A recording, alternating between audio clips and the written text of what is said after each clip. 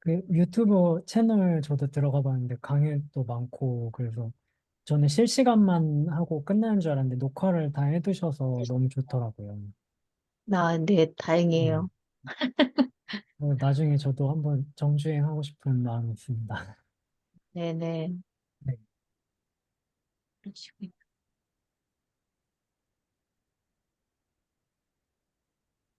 네. 화면은 보시는데 어려운 점은 없으신가요? 잘 넘어가나요? 네, 잘 넘어가요. 네, 좋습니다. 약간 화면비가 너무 작았던 것 같아서 설정을 좀 만졌더니 다시 옆으로 좀 꽉 차게 나오는 것 같아가지고요. 그러셨어요? 네.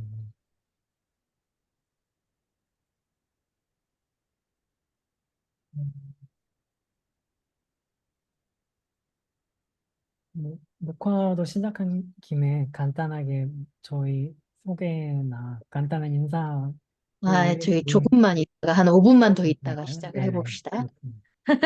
네. 윤상현 선생님 어떻게 지내십니까?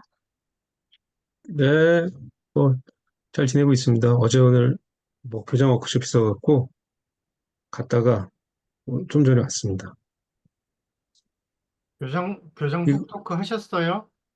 네? 아, 그거는 25일 날 합니다. 이달 25일. 25일. 음, 하여튼 저자 중에 한 분이 이번에 교육감선거 출마하셨던 분이 있어갖고 음, 연기됐던 게 이제 이달 음, 25일 날 하게 됐습니다.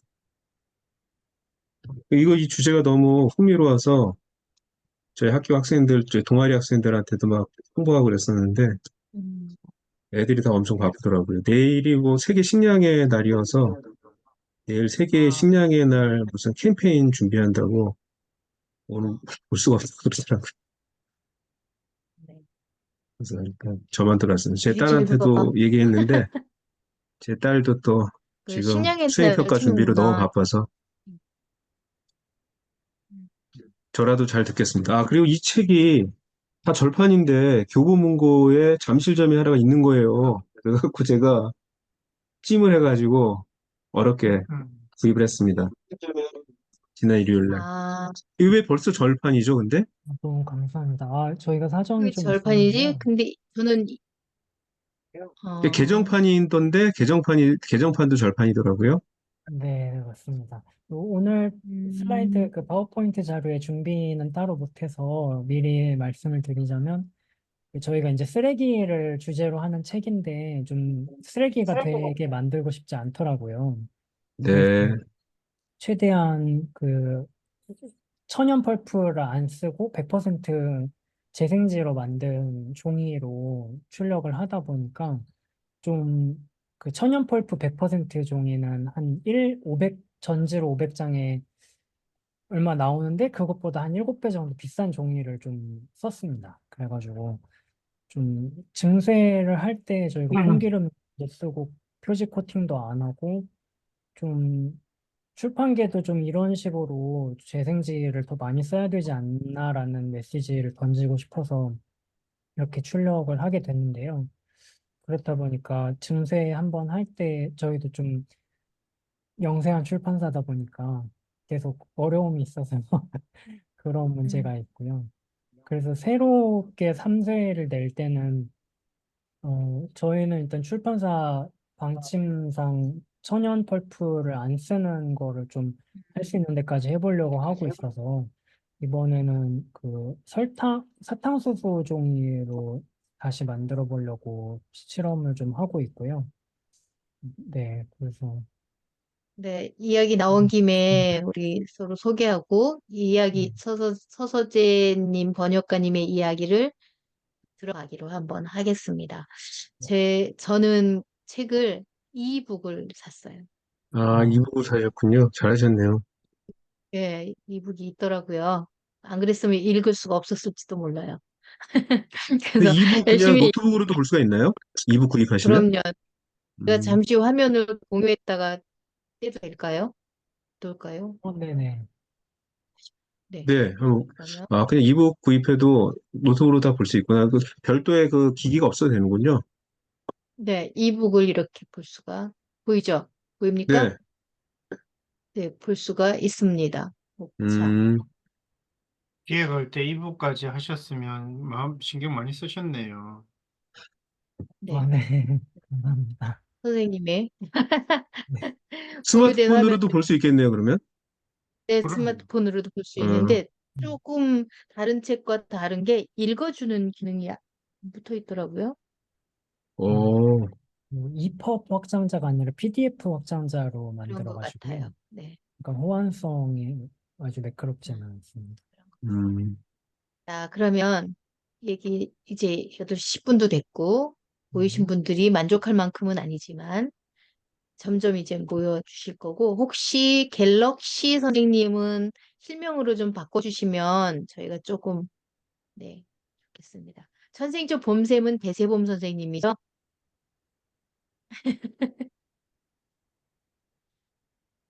감사합니다. 갤럭시 선생님 성함 좀 바꿔주시면 감사하겠습니다. 자, 오늘은 우리가 버린 것들이 모두 바다에 모인다. 그런 정말 생각지 못했던 너무나 당연한 건데 생각하지 못했던 이야기를 가지고 우리가 바다에 다 버리고 있구나 하는 것을 한 번 더 느낄 수 있는 그런 시간이 될 것 같습니다.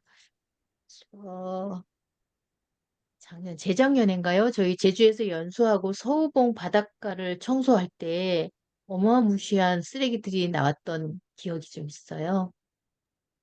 많이 경험하지 못했지만 그런 바다 쓰레기 또 바닷가 해변에 갈 때마다 눈에 거슬리고 들리는 그 쓰레기들 때문에 좀 신경이 쓰이기는 했었는데 딱히 어찌해야 할지 뭐 이런 것들이 좀 지나가는 고민? 어떻게 해볼 수 없어. 이런 생각을 저는 했던 것 같아요. 오늘은 네, 그 바다 쓰레기, 해변 쓰레기에 대해서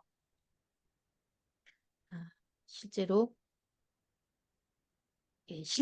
실천을 하면서 이와 같은 책을 번역해서 아무튼 이 이야기를 한번 서서재님 번역가를 모시고 이야기 들어보겠습니다. 처음에는 어떻게 이 바다 쓰레기에 관심을 갖게 되셨는지, 또 어떻게 이 책을 번역하게 되었는지 이런 것도 좀 들려주시면 감사하겠습니다. 이야기 쭉 음, 듣고요. 마지막에 질의응답 할 텐데 혹시 그때그때 질문할 게 있으면 채팅창 적극적으로 활용해 주시기 바랍니다. 네, 그러면 아주 작은 박수로 네. 서소재님 모시겠습니다. 네, 반갑습니다. 저는 바다 환경 문제 전문 출판사 한바라를 운영하고 있는 번역가 서서재라고 하고요. 저와 같이 출판사를 운영하는 활동가 물도깨비라는 활동명을 쓰는 동료가 있는데, 그 아무래도 줌이라는 환경상 그 한 화면에 두 명이 나오면 좀 좁을 것 같기도 하고, 그 보이스도 겹칠 것 같아서 오늘은 제가 대표로 이렇게 어, 강의를 준비하게 되었는데요. 네, 아무래도 어떻게 활동을 시작하게 됐는지도 질문해 주시고, 사실 저 같은 경우는 한 3년 정도 전국 바다를 다니면서 해변 청소를 해왔는데, 제 동료 같은 경우에는 그보다 훨씬 오래 청소를 해왔어요. 그러다가 이제 그 관련된 문제를 알리기 위해서 대학의 독립 언론에서 기사를 쓰게 됐고, 그 과정에서 참고 문헌들을 찾는데 국문으로 된 해양 쓰레기 관련 문헌이 좀 많이 부족하다는 걸 느꼈더라고요. 그래서 그런 점에서 영어로 된 걸 열심히 막 엄청 눈물을 흘리면서 읽다가 저도 만나게 되면서 저 제가 번역가니까 그런 거를 하나씩 번역을 하게 됐습니다. 그래서 번역을 해서 보내주다가 좀 국내 이런 문헌을 확충을 우리가 할 수 있으면 좋겠다는 생각을 하게 됐고, 더 나아가서 해양 환경 문제 전반에서도 좀 정보 밀도가 높고 정보량이 많은 도서들을 내보자라는 생각으로 출판사도 만들게 됐고요. 네, 그래서 어, 그 책을 내게 된 계기를 이 파워포인트로 조금 준비를 해왔는데요. 한번 같이 보시죠. 화면 잘 보이시나요? 네, 잘 보입니다. 네. 어, 네, 오늘 제가 들려드리고 싶은 이야기는 이제 해양 쓰레기로 보는 쓰레기 문제의 현실과 해변 정화 활동의 의미라고 제목을 붙여봤습니다. 여태까지 한 3년 정도 활동을 하면서 그동안 봤던, 목격했던 쓰레기들 사진도 좀 모으고 좀 한번 아무래도 선생님들 앞에서 발표를 하려고 하니까 많이 긴장도 되고 그 내용이 많이 충실해야 될 것 같아서 막 긁어 모으다 보니까 욕심을 많이 부리게 됐는데요. 오히려 양적으로는 많아졌는데 이 내러티브가 잘 정돈이 안 된 것 같은 기분이 많이 뒤늦게 들지만 최선을 다해서 저희가 보고 경험한 것들을 들려드려 보겠습니다. 저희는 그 해양 환경 문제 전문 출판사고요. 환경을 다루는 출판사들도 많지만 해양 환경 문제가 환경 문제 중에서도 되게 변두리에 있다고 느꼈습니다. 그래서 환경 담론에서도 되게 뭔가 도시 환경이나 아니면 육지의 환경이나 숲에 관해서 먼저 이야기하고 그 다음에 바다의 문제가 이야기되는 것 같아서 바다의 관점에서 바다의 문제를 보면 어떻게 될까? 혹은 바다를 먼저 놓고 그 다음에 육지의 문제를 보면 어떻게 될까라는 그런 호기심과 문제의식을 갖게 됐고요. 그런 점에서 바다 이야기만 하는 출판사를 한번 만들어 보자는 생각을 하게 됐고 그 첫 책으로 이제 플라스틱 쓰레기, 해양 쓰레기를 관련해서 책을 내게 됐습니다. 여러 가지 해양 환경 문제가 방사능 오염도 있고 중금속 오염이나 남획 문제도 있고 어선한 인권 문제나 뭐 그 수족관에 감금된 동물들의 문제라든지 굉장히 다양한 문제들이 있지만 그 중에서도 사실 해양 쓰레기가 되게 가시적으로 보이는 문제이기도 하고 많은 분들께서 환경 미화적인 측면에서도 딱 눈에 봤을 때 아, 지저분하다. 해수욕장에 놀러 왔는데 이게 뭐냐. 이런 감정들을 이제 딱 직접적으로 느끼시다 보니까 다른 하양 환경 문제 중에서도 조금 더 많이 알려지고 관심도가 높은 편이라고 생각을 했고요. 그래서 어, 사실 저희가 이제 해양 쓰레기를 주제로 첫 책을 내고 3년 동안 새 책을 아직 못 내고 있다 보니까 해양 쓰레기 전문 출판사라고 알고 계신 분들도 많기는 하세요. 예, 저희는 이제 해양 쓰레기도 굉장히 중요하게 생각하지만 좀 더 눈에 보이지 않는 바다의 문제가 이제 저희가 도시에 살고 육지에 살다 보니까 바다의 문제에 관심을 갖거나 눈에 볼 기회가 많이 없게 되는데 일단 눈에 가장 먼저 보이는 문제로 시작해서 보이지 않는 바다의 문제로 나아가려는 그런 마중물이자 입구의 역할로 해양 쓰레기라는 주제를 먼저 집중해서 활동을 하고 있습니다. 어, 보시면 중간에 사진 한번 보여드리고 싶은데요. 이게 제주도 한림항에서 찍은 사진인데 지금은 그나마 양호한 상황인 게 여기가 처음 쓰레기가 많은 게 발견됐을 때는 지금 물이 있는 부분이 전부 다 쓰레기였다고 해요. 그래서 사람이 위에 올라가서 밟을 수 있을 정도로 쓰레기가 가득 차 있었다고 하는데 그런 활동 단체들도 쓰레기를 많이 전문적으로 주우시는 활동 단체들도 이미 많으셨고 저희는 사실 전국 돌아다니면서 해양 쓰레기의 성상을 기록하거나 그런 해양 쓰레기를 수집해서 표본을 만들고 그 교육 자료로 사용하거나 이런 역할들을 조금 하고 있고요. 어, 더 나아가서는 이제 한국에서도 사실 아직 암암리에 폭염을 여러 가지 방식으로 하고 있고, 고래 고기도 여전히 드시는 분들도 많으시고, 고래 축제도 하고 있고, 그런 점에서, 다양한 부분에서, 저희도 목소리를 보태려고 하고 있고요. 어, 저희가 이제 항상 인사 말씀으로 독자분들이나 다른 분들하고 인사드릴 때, 해변에서 그리고 광장에서 만나요라고 인사를 드리는데요. 환경 문제가 단순히 개인적인 실천이나 뭔가 소비를 덜하거나 분리수거를 잘하거나 이런 실천들도 중요하지만 정치적으로 되는 것도 중요하다고 생각을 해서 광장으로 나가고 시위를 하고 목소리를 내고 민원을 넣고 좀 행정적인 부분에서 시민으로서 납세자로서 할 수 있는 그런 활동들은 뭐가 있을까라는 부분도 좀 탐색해 보려고 하고 있습니다. 네. 저랑 같이 출판사를 만들게 된 그 활동가 물도깨비님 이야기를 하지 않을 수가 없는데요. 원래 어, 알바를 하던 곳이 있었는데, 이 싱크대에 있는 게 그 공차에서 나온 일회용 플라스틱 쓰레기들이에요. 근데 공차에서 알바를 하던 사람은 아니었어요. 그 옆에 있는 식당에서 알바를 했었는데, 사람들이 이 공차에 플라스틱 그 쓰레기를 다 그냥 일반 쓰레기통에 버리고 가는 걸 보고, 그걸 다 주워서 설거지를 해가지고 분리수거를 했던 거예요. 그래서 그 정도로 엄청 그 환경적인 문제에 대해서 사실 되게 주변에서 눈총도 여기서 왜 이걸 설거지하냐고 눈총도 많이 받았을 텐데 되게 용기 있는 그런 행동들을 보여줬었고 그래서 저도 이런 부분에서 되게 많이 감명을 받으면서 저도 되게 책만 읽고 직업이 번역가다 보니까 책 좋아하고 책상 앞에만 앉아 있고 그런 입장이었는데 물도깨비님이랑 같이 출판사를 만들고 전국 바다를 다니게 되면서 저도 조금씩 바다를 가고 현장으로 가보게 되고 그렇게 된 것 같습니다.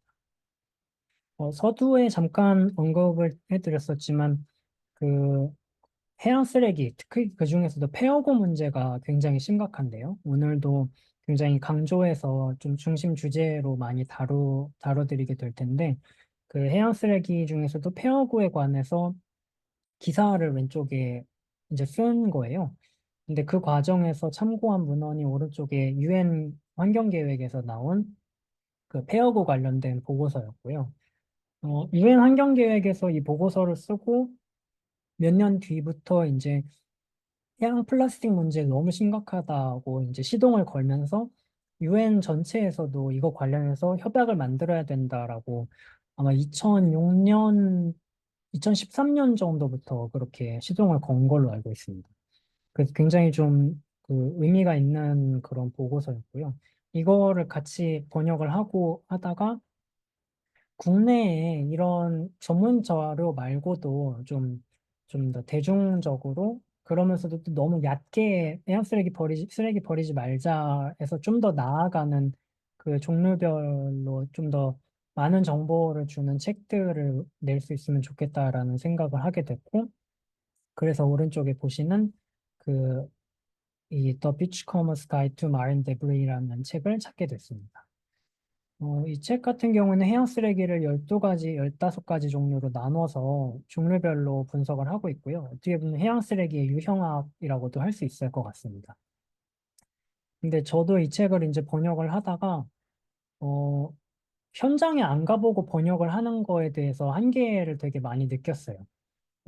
저랑 계속 물도깨비님 얘기를 하게 되는데, 물도깨비님도 이 책 번역하면서 바다를 한번 가서 치워봐야 되지 않겠냐라는 얘기를 하게 됐고, 그래서 가게 됐던 데가 우리나라에서 가장 해류 때문에 쓰레기가 많이 발견되는 제주도였습니다. 그 제주도 하귀 해변에서 이제 디프다 제주라는 그 되게 오랫동안 6년 차인가요? 그 해변 정화 활동을 해온 단체에서 하는 해변 청소 활동에 참가를 했었는데요. 그때 마침 그 제주 KBS 지역 방송국에서 촬영도 나오셔서 우연히 제가 인터뷰로 참여를 하게 됐었는데요. 그래서 해변 청소를 하러 1박 2일로 제주를 가게 됐던 거죠. 그날 제가 봤던 거는 엄청나게 많은, 정말 상상 초월하게 많은 해양 쓰레기였고요. 두 번째로는 어떤 걸 배웠냐면, 이 왼쪽 사진의 왼쪽에 계신 분이 그 디프다 제주 대표님이셨는데, 저희가 쓰레기 청소하는 스팟이 두 군데가 있었어요. 근데 한 군데는 지금 보시는 것처럼 갈대밭 뒤편에 모여 있는 쓰레기들이었고, 다른 한 군데가 지금 인터뷰가 진행하는 이 갯바위 해변이었거든요. 갯바위 해변이 두 번째 스팟이고 갈대밭이 첫 번째 스팟이었는데 갈대밭의 해양 쓰레기를 다 못 치웠는데 두 번째 스팟으로 지금 빨리 넘어가야 된다고 하시는 거예요.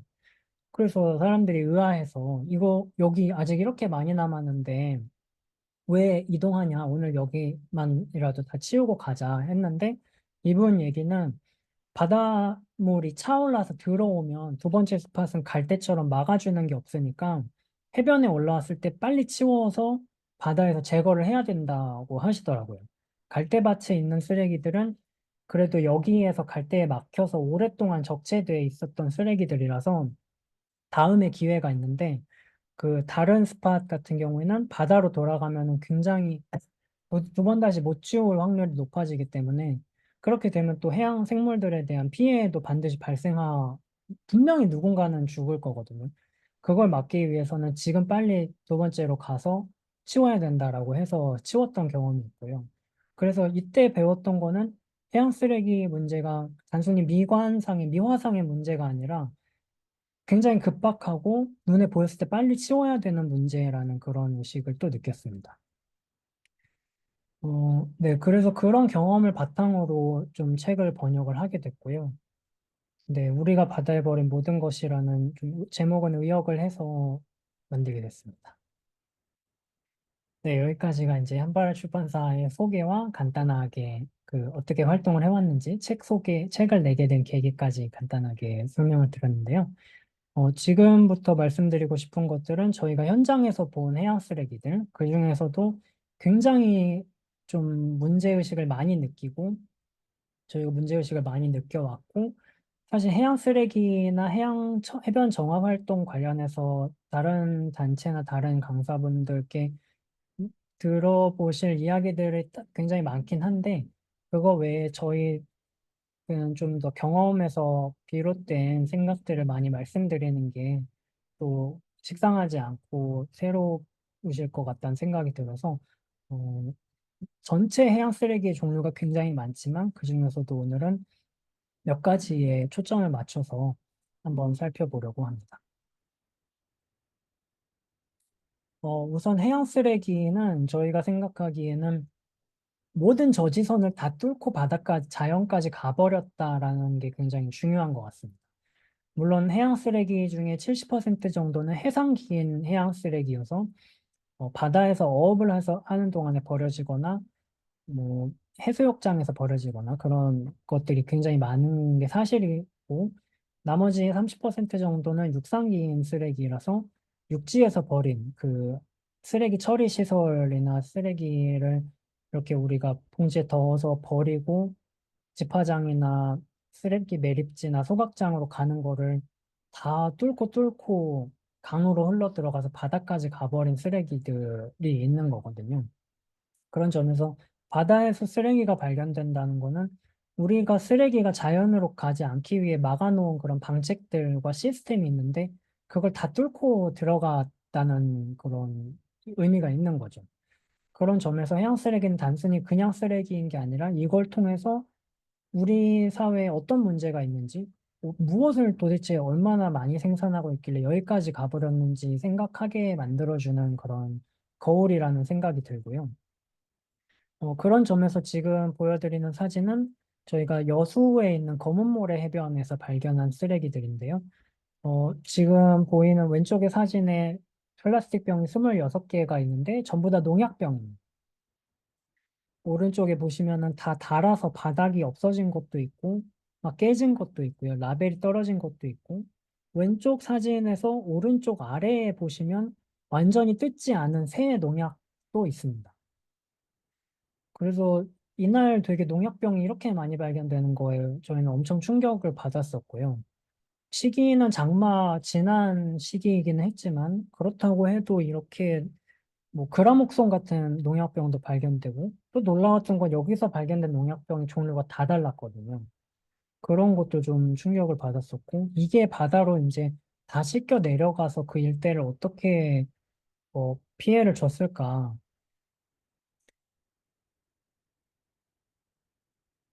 네, 네네, 방금 잠깐 끊어진 것 같은데요. 네, 어떻게 피해를 줬을까 하는 그런 의구심도 많이 들었었고요. 사실 또 제주도의 어떤 밭 옆에 보니까 이 농약병 이렇게 관리하고 계시더라고요. 그래서 이런 점에서 어, 해양 쓰레기가 종류를 불문하고 정말 위험한 쓰레기들도 바다에서 많이 발견된다는 그런 말씀을 드리고 싶고요. 어, 이제 또 강조해서 말씀드리고 싶은 거는 어구 쓰레기를 좀 많이 말씀을 드리고 싶습니다. 그 사실 해양 쓰레기 중에 사실 절대 다수는 플라스틱 소재예요. 플라스틱 소재고, 통계를 보면 해양 쓰레기 중에서 그 무게로 따지나 부피로 따졌을 때나 가장 많은 퍼센티지를 차지하는 거는 어구거든요. 근데 보통 해양 쓰레기 관련해서 해변 정화 활동을 하는 사업이나 그런 걸 보면, 사실 그 기업 차원에서도 그 ESG 캠페인 차원에서 해변 정화 활동을 많이들 하시는데, 항상 그럴 때 보면 어구를 줍는 모습은 거의 못 보는 것 같아요. 그 집게를 들고 관광 해수욕장에서 이렇게 쓰레기를 주워서 마대자를 채워서 해변 청소했다 이렇게 많이 ESG 캠페인을 하는 기업들이 많은데, 사실 관광 해변은 계속 지자체에서 관리를 하고 있고, 물론 그럼에도 불구하고 매일 쓰레기가 떠내려오는 건 사실입니다만, 오히려 봉사자나 활동가들의 손이 필요한 거는 그 지자체의 손이 안 닿는 사각지대 해변들이거든요. 그래서 그런 해변들에 갔을 때 가장 많이 발견되는, 그리고 가장 처리하기 곤란한 쓰레기가 바로 이 어구 쓰레기입니다. 지금 보시는 것처럼 엄청 규모가 크죠. 이거는 이제 저희가 인천 무의도라는 섬에서 수거한 쓰레기들인데요. 곳곳에 어망들이 펼쳐져 있어서 이거를 한 열댓 명이서 모아서 이렇게 한 군데 모아놓은 거고요. 가까이서 땡겨보면 어구도 되게 종류가 다양하고 막 뒤엉켜 있어서 이거를 옮기기가 굉장히 쉽지 않습니다. 사실 이런 어구 같은 경우에는 사실 10명이 들어서 옮겨도 굉장히 무겁고 끌고 지나가다 보면 돌불이 계속 걸려서 계속 빼주거나 끊어줘야 돼요. 그래서 이거를 사람들이 다 달라붙어서 번쩍 들고 옮겨야 되는데 그 물에 젖어 있을 때도 많고 뻘을 머금고 있을 때도 많아서 굉장히 처치 곤란인 쓰레기입니다. 원래는 해변에 중장비를 바지선으로 끌고 들어와서 옮겨야 되는데 그렇지 못한 경우에는 이거를 토막을 내서 그 마대자루에 넣어가지고 반출하는 경우도 있고요. 지금 보시면은 이게 문어를 잡을 때 쓰는 어구인데요.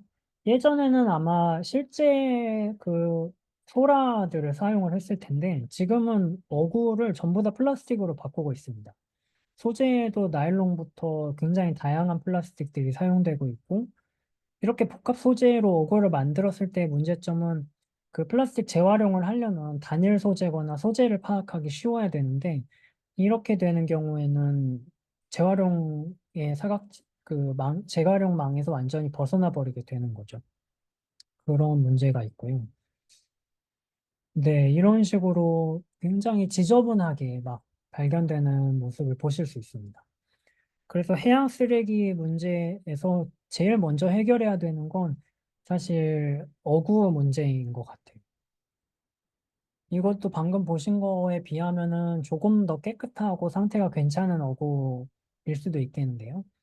이것도 사실 어업 현장에서 사용되는 어망 중에는 굉장히 작은 형태에 속합니다. 어망이 굉장히 많이 발견되는 이유를 뒤에 가서 또 다시 말씀드리게 될 기회가 있을 텐데, 어망 중에는 그 꽃게잡이 자망 같은 경우에는 거의 일회용으로 쓰고 버린대요. 연평도에서 많이 버린다는 제보가 있었고, 또 그 밖에 그런 자망어업을 많이 하시는 분들 지역에서 또 그런 문제가 많이 있다고 하는데요. 그 어구를 회수했을 때 물도 머금고 재활용을 하거나 그러기가 쉽지 않기 때문에 그 어획물을 떼어내고 난 다음에 그냥 바다에 버리고 오는 경우가 많다고 하고요. 그래서 이렇게 어망이 발견되는 게 정말 비일비재한 상황입니다. 네, 이게 아마 영상이 보여질 텐데요. 그래서 어망이 너무 크고 그렇기 때문에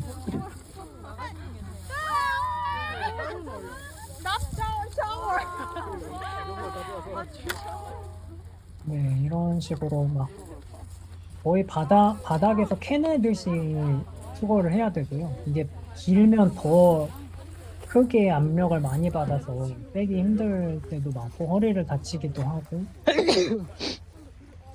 그럴 때가 많은데 이 해변 같은 경우도 가지선이 거의 인천 중구에서 1년 넘게 수거를 안 해서 활동가들이 어망을 다 전지가위나 톱으로 잘라서 마대자루에 나눠가지고 나가려고 준비하고 있는 그런 과정이고요. 네.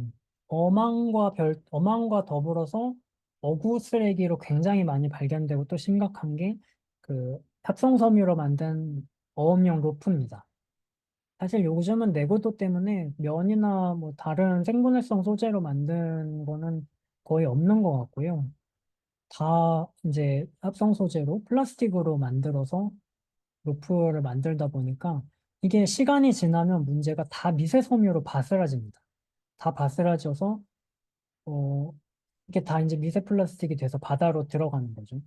그 미세 섬유는 이제 그 세탁을 하거나 건조기를 많이 돌릴 때도 많이 배출된다고 알려져 있지만 어업용 로프에서도 굉장히 많이 배출되는 것 같고 사실 그 어망과 관련된 어구 쓰레기와 관련된 문제 중에 굉장히 큰 문제가 통계가 그 몇 년치 데이터가 계속 누적이 돼야 정책이 만들어지고 뭔가 사업을 할 텐데 항상 이런 통계망에서 벗어나 있는 것 같다는 느낌이 들 때가 굉장히 많습니다. 한 연구에서는 밧줄이 굉장히 문제가 많다는 지적을 하기도 했는데요. 오른쪽 사진 보시면은 완전히 바스라져서 흙인지 뿔인지 알 수 없을 정도로 이렇게 미세 섬유화가 진행된 모습을 보실 수 있고요. 그렇다 보니까 이렇게 바위 사이에 어업용 로프가 끼어 있는 경우가 굉장히 많은데 이 러프들을 볼 때 저희도 좀 우선순위로 제거를 하고 있는 편입니다. 근데 사실 이게 바다의 힘으로 그 만조 때 바다가 꽉 엄청난 힘으로 눌러놓은 쓰레기들이 많기 때문에 이렇게 바위 사이에 끼인 쓰레기들은 아무리 힘을 줘도 안 빠질 때가 굉장히 많습니다.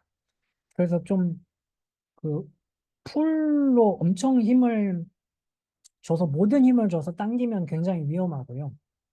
왜냐면은 온 힘을 줘서 당기다가 그게 쑥 빠져버리면은 뒤로 발라 넘어질 수가 있거든요. 그래서 좀 적당히 당겨 보다가 안 된다 싶으면은 딱 그 나온 정도 부분만 잘라내서 그렇게 수거를 하는 편이고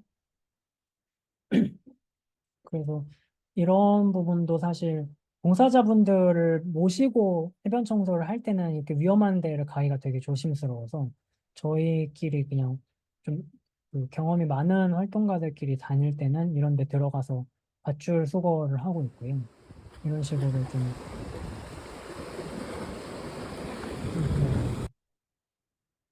그리고 또 해변 청소에 좀 계속 이 활동을 하게 되는 이유 중에 하나는 방금 보신 것처럼 쑥 뽑혔을 때 되게 기분이 좋거든요. 그래서 어떻게 보면 어, 좀 단순한 봉사활동이나 그런 측면도 있지만 그 레저 좀 익스트림 스포츠라는 차원에서도 하게 되는 것도 있는 것 같습니다. 되게 보람도 많이 느끼고 그 바다를 보면서 바다를 좀 정화하는 그런 보람도 많이 느끼게 되고 사실 해변 청소하다 보면 되게 방금 보신 것처럼 전지가위도 필요하고 톱도 필요하고 되게 다양한 그 쓰레기 종류에 따라서 다양한 도구들이 필요하거든요. 그래서 그런 도구들을 사 모으는 재미가 또 있어서 왜 자전거에 빠지신 분들은 자전거 헬멧 사시고 그 비비라고 하나요? 그런 스키니 진 같은 것도 스키니복도 사시고 되게 장비 사는 재미를 느끼시잖아요. 해변 청소도 좀 다양하게 미세 플라스틱 수거할 때는 미세한 망 같은 것도 구입해 보기도 하고 그래서 그런 재미도 있는 것 같습니다. 어구 쓰레기를 또 마저 말씀을 드리자면 이런 플라스틱 어상자도 굉장히 많이 발견이 되고 있고요. 이것도 제주도 해변인데, 근데 지금 보시는 것처럼 여기는 그 해양 쓰레기 육상 집화장인데요. 그 어상자들을 이렇게 모아서 분류를 해놓은 모습인데, 이것도 거의 굉장히 많이 발견되고 있는 쓰레기입니다. 어, 제가 뭔가 슬라이드를 되게 많이 준비한 것 같아서 조금 허겁지겁 발표를 하고 있는 것 같은 감이 있는데 속도는 괜찮으신가요? 네. 다음으로도 어구 쓰레기를 조금 보여드리고 싶은데요. 스티로폼 부표 문제가 여전히 굉장히 심각한 편입니다. 음, 스티로폼 부표는 일단 양적으로도 굉장히 많이 발견이 되고요. 지금 사진에서 보시는 것처럼 그 알갱이로 낱개로 다 분리가 되기 때문에 이거는 혹시 이 오른쪽 사진처럼 된 상태에서는 도저히 수거를 할 수가 없습니다. 그 흙이랑 같이 체일망으로 거르는데도 한계가 있고 어떤 심각한 해변 같은 경우에는 그 저희가 낸 그 우리가 바다에 버린 모든 것이라는 책에도 나오는 이야기지만 그 물끝선이라고 하죠. 파도가 치면은 그 해초나 그런 것들이 파도가 친 그 한계선에 이렇게 막 주르륵 선이 돼서 쌓이잖아요. 근데 거기가 새하에서 멀리서 봤을 때 그 포말이 그렇게 잘 선을 만든 줄 알았는데 가까이 가서 보니까 스티로폼이었더라. 이런 증언이 있을 정도로 해역에 따라서는 굉장히 심각한 피해를 주고 사실 플라스틱 스티로폼 피해가 심하지 않다고 하더라도 이미 낱개로 퍼져서 일대를 오염시키고 있는 상황들도 많을 거고요.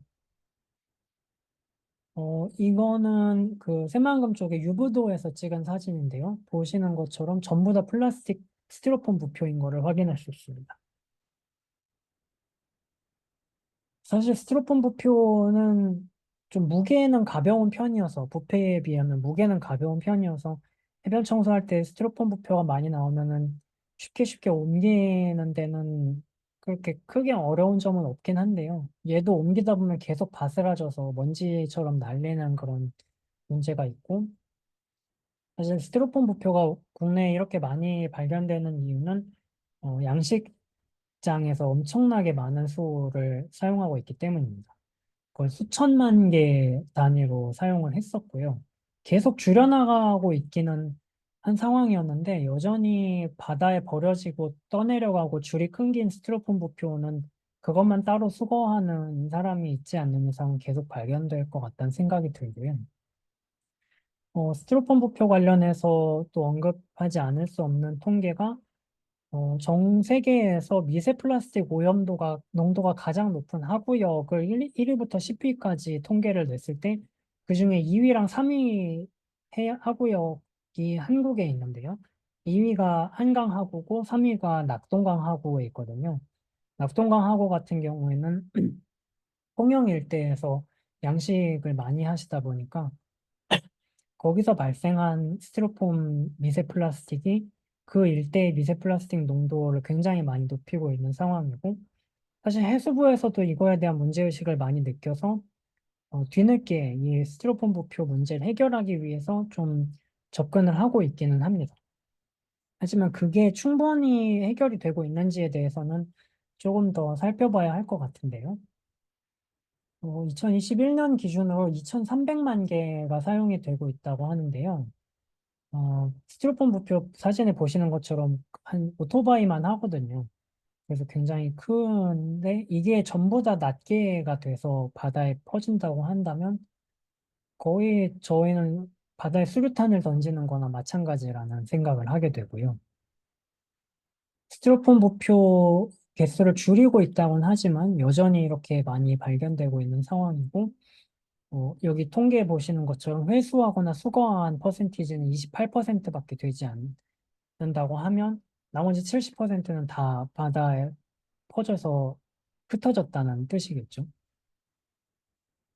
그래서 이런 식으로 좀 곱게 부서진 그런 스티로폼도 많은데요. 막 젖어서 되게 그 치즈를 뿌려놓은 것처럼 뭉개진 스티로폼 부표도 되게 많습니다. 되게 만지기 싫은 그런 것도 많은데 그래도 이런 것들을 다 긁어내서 마대자루에 넣어가지고 수거를 하고 있고요.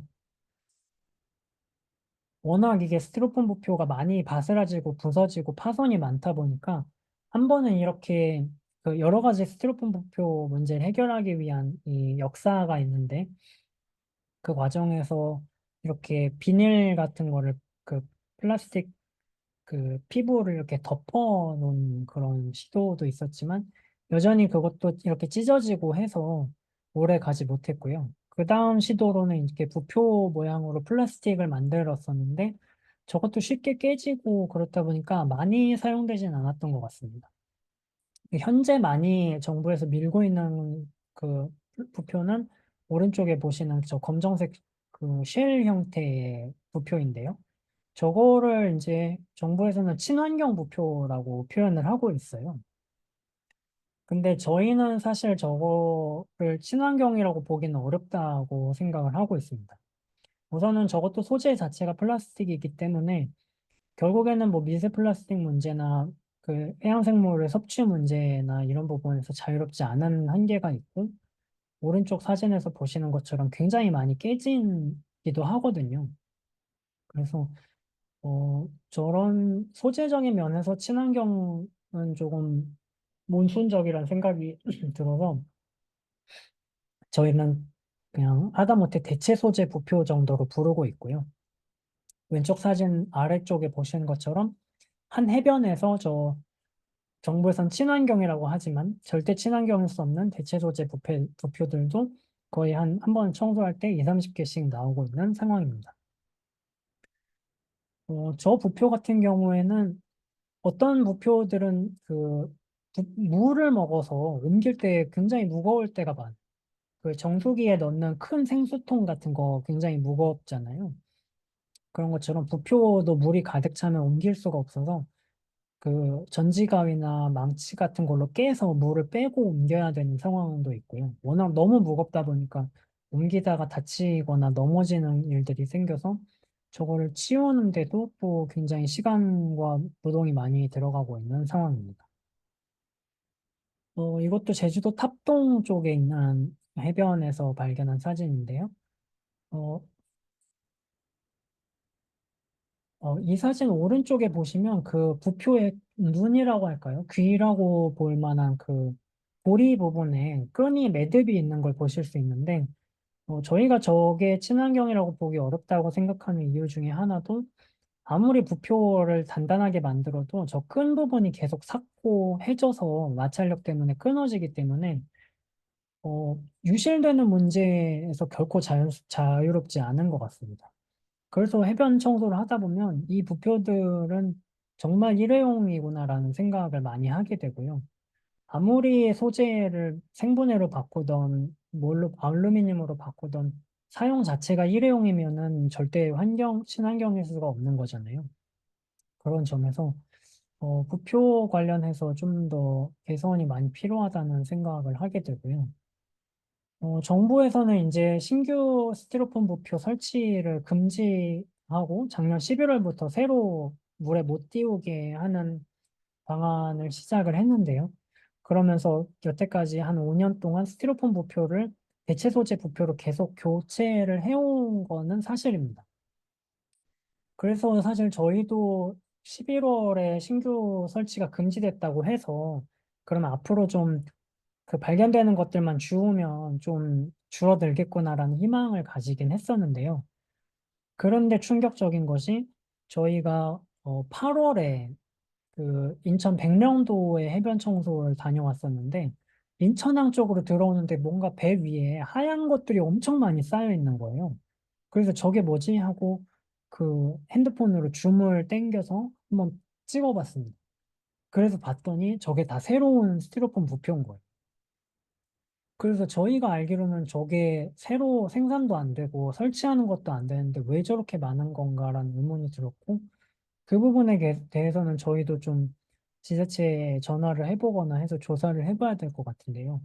일단 현황상으로는 금지가 됐음에도 여전히 저렇게 사용이 되고 있는 것 같아서 앞으로도 스티로폼 부표에 의한 해양 오염은 좀 당분간 계속 유지될 것 같은 추세로 보이고 있습니다. 네, 스티로폼 부표 재활용된 거 37%에 불과하다고 하고요. 그 대체 소재 부표도 이거를 플라스틱으로 만들었으면은 재활용을 할 수 있어야 되는데 그 친환경 부표 사업 한다고 그거 친환경 부표 개발하는 그 기업이나 공장에 지원금이 많이 들어간 걸로 알고 있거든요. 그렇다 보니까 엄청 난립을 한 그 결과도 있었습니다. 그래서 그 친환경 그 대체 소재 부표가 종류가 너무 많다 보니까 소재가 다 다른 거예요. 소재도 다 다르고 그중에는 복합 소재로 만들어진 부표들도 많고요. 그러니까 이거를 일괄적으로 재활용하기 굉장히 어려운 상황이 있고 정부도 사실 여기까지 생각을 안 한 것 같다는 생각도 듭니다. 이거를 소재를 바꿨으면 재활용하는 이 생산부터 폐기하는 이 순환 과정을 생각을 해야 되는데 한 개까지만 생각을 하는 거죠. 근데 사실 이 스티로폼 부표도 원래는 정부에서 예전에 그 양식업을 육성한다는 명목으로 스티로폼 부표가 가볍고 싸고 운반하기 쉽고 노동력 적게 들고 이러니까 일부러 보급을 했다고 해요. 그래서 지금 우리나라가 스티로폼 부표가 이렇게 많아진 것도 정부 주도로 이렇게 된 역사가 있었는데 이번에는 스티로폼 부표가 문제가 되니까 그러면 대체 소재 부표로 바꾸자 하면서 정부 주도로 이렇게 다시 바꾸고 있는 거죠. 근데 그 다음 단계를 생각을 해야 되는데 항상 그 다음을 생각을 안 하고 정책을 펴니까 이번에 바꾼 쓰레기 부표들도 나중에는 어떻게 또 문제가 될지 모르는 상황입니다. 어, 물론 해변에서 많이 발견되는 부표 중에는 중국산 부표들도 굉장히 많습니다. 중국 부표는 한국에서 개발한 부표에 비하면 그 쉘이 훨씬 얇은 편인데요. 그래서 멀리서 보면 풍선처럼 보이기도 하고 이것도 워낙 공기가 많이 들어가다 보니까 장거리를 굉장히 많이 떠내려와서 이것도 해양 쓰레기 육상 집화장에서 찍은 사진인데요. 그 중국산 부표만 이렇게 모아놓아도 산더미를 이루는 것을 보실 수 있습니다. 그 정도로 굉장히 많은 상황이고요. 어구 쓰레기에 대해서 또 계속 조금 더 말씀을 드리고 싶은데요. 이거를 사실 퀴즈처럼 가져왔어야 되는데 제가 답을 먼저 보여드려 버렸네요. 이 왼쪽에 보시는 이 검정색 깔때기가 여태까지 말씀드린 해양 쓰레기들 중에서 개수로 결코 뒤지지 않을 정도로 굉장히 많이 발견됩니다. 저희가 올해 1월에 제주도 이호테오 해변 옆에 있는 해변에서 300m 구간을 청소를 했었는데 거기서 이 깔때기를 63개를 수거했습니다. 그리고 탑동 아까 보여드렸던 그 해변에서도 하루에 23개를 수거했는데 3일 뒤에 그만큼 많은 그 통발이 또 밀려오더라고요. 어, 이게 사실 왼쪽이 유도구고 오른쪽에 보시는 저 로켓 모양의 통으로 끼워서 결착을 시켜서 저 안에 먹이를 넣고 바다에 줄줄이 달아가지고 바다에 이렇게 쭉쭉쭉쭉 배로 뿌리면서 쭉 가는 방식으로 설치를 하는데요. 장어를 잡을 때 쓰는 통발이고요. 저것도 예전에는 원래 전통 어업에서는 대나무로 통발을 만들었었다고 해요. 근데 이제 다 플라스틱으로 바꾸면서 문제가 생겼고, 현재 저게 국제적으로 미국 쪽에서 굉장히 많이 문제 제기를 하고 있는 쓰레기인데요. 그 이유 중에 하나는 저게 해류를 타고 태평양까지 떠내려갑니다. 그래서 그 하와이에 뭉크물범이라는 보호종이 있는데 아기 뭉크물범들이 호기심에 혹은 그 안에 있는 장어나 또 유령 어업으로 계속 걸려든 뭔가를 먹으려다가 저런 식으로 많이 입에 장어통발 유도구가 끼는 거예요. 그렇다 보니까 제가 이게 입이 이렇게 파여서 그 빨간 살점이 다 드러난 사진은 못 가져오긴 했는데요. 그런 식으로 밥을 전혀 못 먹어서 많이 죽고 있다고 하고요. 그래서 서프라이더라는 재단에서는 저기다가 현상금을 걸고 이걸 발견하면 제보를 해줘라 라고 하면서 시민과학의 힘으로 저 장어통발이 발견되는 곳들을 통계를 내고 있고 이 국제 연구 협력으로 이제 한국에서 같이 연구를 하시는 분을 초빙해서 저희도 강의를 진행을 하고 말씀을 들어본 적이 있었는데 저 장어를 많이 먹는 게 이제 동아시아에서는 대만과 한국, 일본이 있는데요.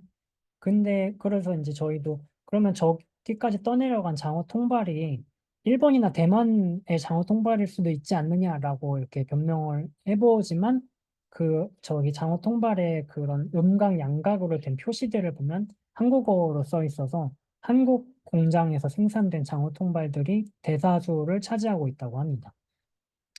그래서 네, 굉장히 좀 속이 많이 상하는 그런 상황이고요. 이게 이렇게 많이 발견되는 이유는 이거를 한 번 조업을 나갈 때 그 작은 어선에서는 약 500개에서 2000개 정도, 큰 어선에서는 최대 10,000개까지 한 줄에 걸어서 쫙 뿌린다고 해요. 그래서 줄줄이 이렇게 그 바다에 던져놓게 되는데 중요한 점은 워낙 그 남획이 많이 돼서 요즘 어장들도 경쟁이 치열하고 하다 보니까 어민들끼리도 어장이 많이 겹치는 거죠. 그래서 저게 선에 이렇게 줄줄이 저 로켓 모양 송발들을 달아서 뿌리는데 한 배가 이렇게 지나가면서 뿌리고 그 위에 다른 배가 이렇게 지나가면서 뿌리면 이게 사이에 이렇게 겹쳐서 막 엉키는 문제가 발생한다고 합니다. 그래서 그 사이에서 그게 엉켜서 끊어지거나 아니면 돌에 걸려서 끊어지거나 하게 되면 10,000개짜리 통발을 걸어서 했는데 그 사이에 중간 지점에서 끊어지면 5,000개가 그냥 줄줄이 유실이 돼버리는 거죠. 그래서 굉장히 심각한 문제를 일으키고 있고요. 네, 그렇습니다. 그 다음, 네, 장어 통발 문제 심각하고, 그리고 또 말씀드리고 싶은 어구는 장어 통발 못지않게 이렇게 그 바다에 있는 해양 생물들을 싹쓸이하는 어구인데요. 칠개잡이 홈통입니다. 저거는 이제 갯벌에 많이 설치가 되는데요. 그 긴 2, 3m짜리 PVC 파이프를 구하기가 쉽잖아요. 그 위쪽을 이렇게 C자 모양이 되게 위쪽을 잘라내서 저 파이프를 갯벌에다가 이렇게 매설을 합니다. 윗부분이 살짝 드러나게 매설을 하면 7개나 다른 갯벌의 생물들이 지나가다가 거기에 빠지는 거예요. 근데 7개 같은 경우에는 옆으로 갈 수 있고 그렇다 보니까 이거를 그 C자 커브를 거슬러서 밖으로 탈출을 못하고 계속 그 파이프를 따라서 옆으로만 가게 되는 거죠. 근데 이 사진 네, 여기 있네요. 저 파이프를 보통 그 갯벌을 가로지르도록 3m짜리, 2, 3m짜리 파이프를 계속 이어서 수십 미터 길이로 쫙 연결을 해놓습니다. 그러면 칠개들이 계속 옆으로 이동하다가 지금 보시는 것처럼 그 페인트통 같은 거에 다 빠지거든요. 그러면 저 페인트통에 있는 애들만 들고 싹 나가는 거죠. 그래서 그런 식으로 저 일대에 있는 칠개들이 지나가다가 한 번쯤은 저기 빠질 수밖에 없기 때문에 그 일대의 씨를 말리는 싹쓸이 어구라고 불리고 있고요. 우리나라에서 불법인데 저게 여전히 발견되는 이유는 바다가 점점 잡을 게 없어지니까 어민들도 좀 대안이라고 할까요? 그런 식으로 생계를 유지하기 위해서 저런 어구를 막 설치를 하시는 거예요. 그래서 저렇게 놓고 7개만 잡고 가버리시고 저렇게 유지를 해 두신 경우가 많고요. 지금 사진에 보시는 거는 인천 송도에 있는 갯벌이고 뻘이 다 차 있어서 칠개들이 없는 저 곳에서는 이제 수거를 하려면 너무 무거워서 모종삽 같은 걸로 호미로 다 안에 뻘을 긁어내고 이렇게 기어서 밖으로 가지고 나와야 됩니다.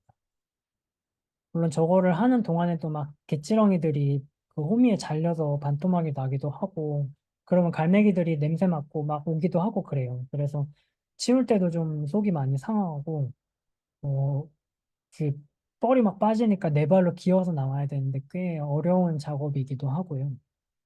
지금 보시는 사진은 이거는 새만금에서 찍은 사진입니다. 새만금도 이제 방조제를 막으면서 그 안에서 원래는 어업을 하고 원래는 굉장히 풍요로운 어장이었는데 그걸 못하게 되니까 이런 식으로 불법 어구를 설치하시고 할 수밖에 없었던 그런 역사가 있었던 거고요. 그런 점에서 이런 걸 설치하고 그 일대를 초토화시키는 것도 문제지만 그렇게 할 수밖에 없게 만드는 개발 사업들에 대해서도 종합적으로 문제 제기를 할 필요가 있다는 생각이 들고요. 네, 그래서 칠개잡이 어구에 대해서 말씀을 드렸습니다. 지금 순서가 제가 굉장히 더 속도를 내야겠네요. 낚시에 관해서 또 말씀을 드리겠습니다. 저희는 사실 낚시하시는 분들을 막 공개적으로 비판하거나 비난하고 싶지는 않아요. 그렇지만 저희의 입장과 생각은 이렇다라는 것들은 그래도 분명하게 말씀드리는 게 또 여러 가지 생각할 거리와 또 논쟁을 만들어야 또 거기서 담론이 성장하는 부분도 있기 때문에 이번 기회에서는 네, 저희 생각에 관해서 좀 말씀을 드려보려고 하는데요. 어, 소주제는 낚시는 과연 레저가 될 자격이 있는가라는 것입니다. 우선은 낚시 쓰레기가 이것도 결코 적지 않게 많이 발견되는 쓰레기인데요. 항상 해변에서 이렇게 갈고리가 여러 개 날카롭게 달린 낚시찌들이 많이 발견이 되고 있고요. 이 해변 같은 경우에는 어떤 그 지역 주민분이 그 쓰레기를 막 주우면서 강아지랑 같이 산책하시면서 계속 주우시더라고요. 그래서 저희도 쓰레기를 줍고 있던 차에 반가워서 말씀을 나누게 됐는데 이런 게 이제 강아지들 산책할 때 맨발에 계속 찔리고 이래서 이게 또 날카롭고 한번 그 구조상 찔림 꿰이면은 반대로 못 베게 이렇게 만들어져 있잖아요. 그래서 굉장히 사람들한테도 맨발로 해수욕장에서도 많이 다니는데 굉장히 위험한 쓰레기기도 하고 같은 해변에서 이렇게 어, 네, 같은 해변에서 낚시찌를 저렇게 발견을 했는데 그 해변 옆에 보면 테트라포드 위에서 낚시하시는 분들이 저렇게 하고 계시는 거를 볼 수 있었고요. 단순히 찌만 발견되는 게 아니라 가운데 보시는 것처럼 낚시 미끼통 같은 것도 항상 세트로 많이 발견이 되고 있고요. 낚싯줄 많이 발견되는 거 당연하게 엄청 많고요. 저렇게 그 오른쪽 보시면 이제 저거는 그 봉돌인데요. 납으로 만든 봉돌입니다. 이 영상을 좀 보여드리고 싶은데요. 이거는 인천 무의도에서 저희가 해변 정화 활동을 할 때 찍은 영상인데요.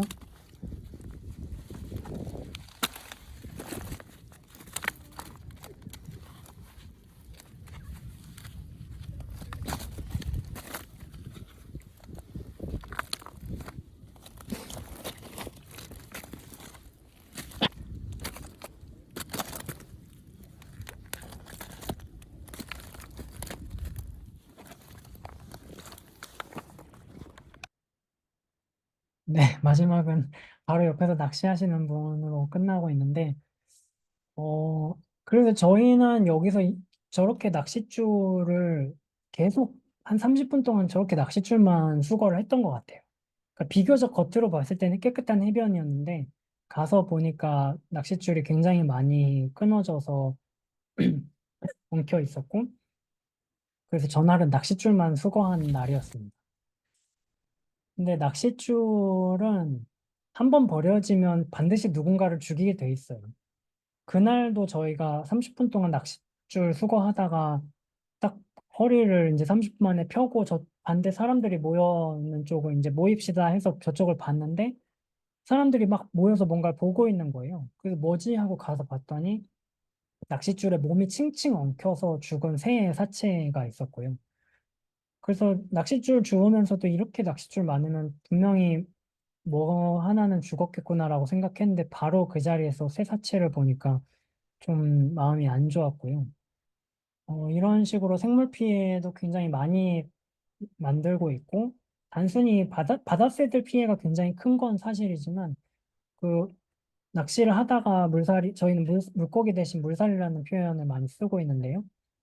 어, 그 물속에 사는 고기라는 먹기 위한 대상이기보다는 물속에 살고 있다는 의미를 좀 더 강조하고 싶어서 그 단어가 가지는 어감도 예쁜 것 같고 그래서 물살이라는 표현을 좋아하는데 그 물살이들도 낚시에 한번 입이 꿰이면 살아서 나간다고 하더라도 먹이 활동을 하는데 분명히 문제가 생길 거거든요. 그래서 체중이 줄어들면 활동량이 줄어들게 될 거고 그러면 다른 거에 먹이가 되고 그러면 그 낚시 바늘이 꿰인 물사리를 먹은 다른 어류나 다른 새도 또 거기에 입이 걸리게 되겠죠? 아니면 그 낚시 바늘이 뱃속에 들어가거나요?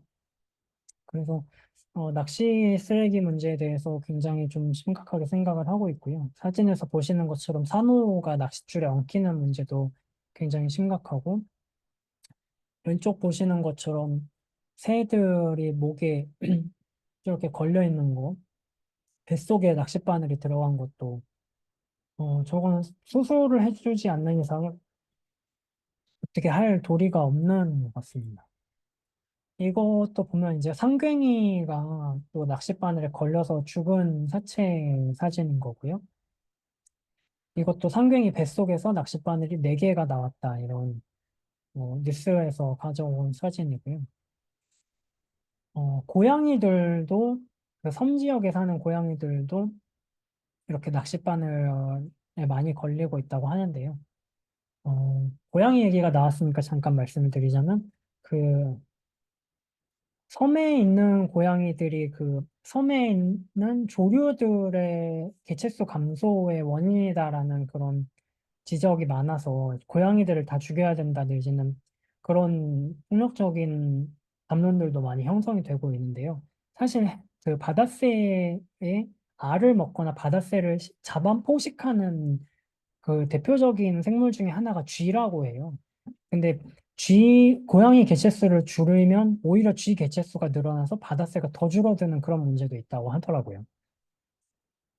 아무튼 낚시 쓰레기는 어느 생물을 할 거 없이 아까 산호도 보셨습니다만 어느 생물을 할 거 없이 다 문제를 일으키고 있고 올해도 제주도에서 종다리라는 아기 돌고래가 입에 낚싯줄이 걸리고 꼬리에 낚싯줄이 엉켜서 그 낚싯줄을 제거하기 위해서 3개월 정도 구조단이 계속 모니터링을 하면서 그걸 끊어줄 수 있는 그런 상황들을 봤던 그런 사례가 있었고요.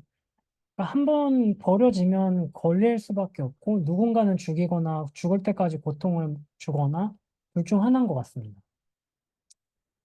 어, 네, 그리고 낚시 또 문제 중에 하나가 이 납추를 여전히 많이 쓰시더라고요.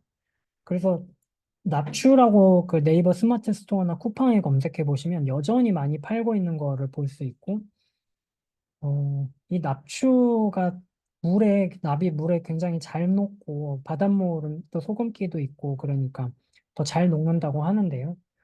어, 분명히 그 중금속이 용출되는 문제를 피할 수 없을 것 같고요. 이 장면 같은 경우에는 저희가 그 완도의 여서도라는 섬이 있는데요. 그 배 타고 가서 그 여서도에 원래 낚시 스팟이었대요. 낚시하시는 분들이 들어오셔서 어떤 거를 많이 하셨냐면 그 구멍을 드릴로 뚫고 거기에 이제 납이 무른 편이니까 납추를 막 망치질을 하면은 그런 거죠. 구멍을 뚫고 거기에 낚싯대를 꽂고 낚싯대랑 납추를 같이 꽂아놓고 납추를 이렇게 망치로 두드리면 이게 고정이 단단하게 되는 거죠. 그 돌돔 낚시를 할 때 돌돔들이 그 힘이 세서 낚싯대를 가져가 버리는 경우가 많다고 해서 낚싯대 고정하기 위해서 저렇게 많이 하신다고 하는데요. 그래서 바위에 구멍을 뚫고 납으로 메꿔버리는 그런 문제가 굉장히 많은 지역 중에 하나였고 그래서 그 갯바위 복원 사업을 하기 위해서 한번 들어갔었습니다. 그래서 보시면 이제 이게 영상이 안 되네요. 저것도 이제 그 송곳 같은 걸로 납을 두드려서 떼어내 가지고 이렇게 한 바켓스에 차도록 납을 수거한 상황이고요. 그런 거 보면 어, 네, 바다에도 많이 들어가고 거문도에서 납이 272개가 수거됐다고 하죠. 그런 식으로 굉장히 많이 문제를 일으키고 있는 상황이고요. 그래서 저희는 사실 낚시하시는 분들 중에서 이제 환경에 관심도 많으시고, 그 쓰레기에 의해서 피해를 입는 생물들에 대한 그런 애처로움도 많이 느끼시는 분들이 쓰레기도 많이 주우시고, 그런 운동하시는, 클린 낚시 하시는 분들도 많으신데, 사실 저희는 솔직하게 말하면 낚시를 하는 순간부터 쓰레기는 발생할 수밖에 없다고 생각을 해요. 아까 무의도에서 갯바위에 막 엉켜있는 낚싯줄을 주우면서 든 생각인데, 낚시를 하는 순간 낚싯줄이 끊어지는 거는 피할 수 없겠다는 생각이 들더라고요. 그래서 그 낚시를 하는 것부터가 낚시 쓰레기를 버리는 거의 시작이라는 생각을 하게 됐고요. 그래서 낚시 관련해서 조금 더 국내에서는 좀 낚시를 되게 많이 육성하려고 하고 있고, 현 정부도 낚시 관련 문화 파크 같은 거를 건설한다고 하고, 뭐 무인도에 낚시인 출입을 허가한다거나 아니면 공유 수면에서 낚시인의 그런 금지된 것들을 줄여나간다거나 그런 정책을 피겠다고 해서 또 많이 민원도 넣고 그러고 있었는데요.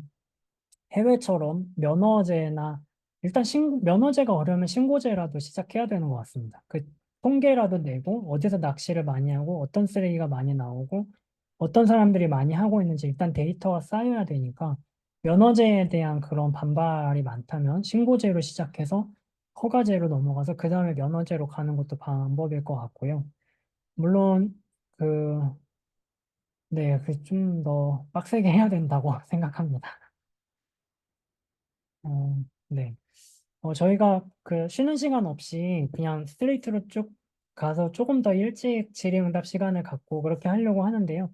들으시다가 편하시게 그 비디오 잠깐 끄시고 쉬다 오셔도 되고요.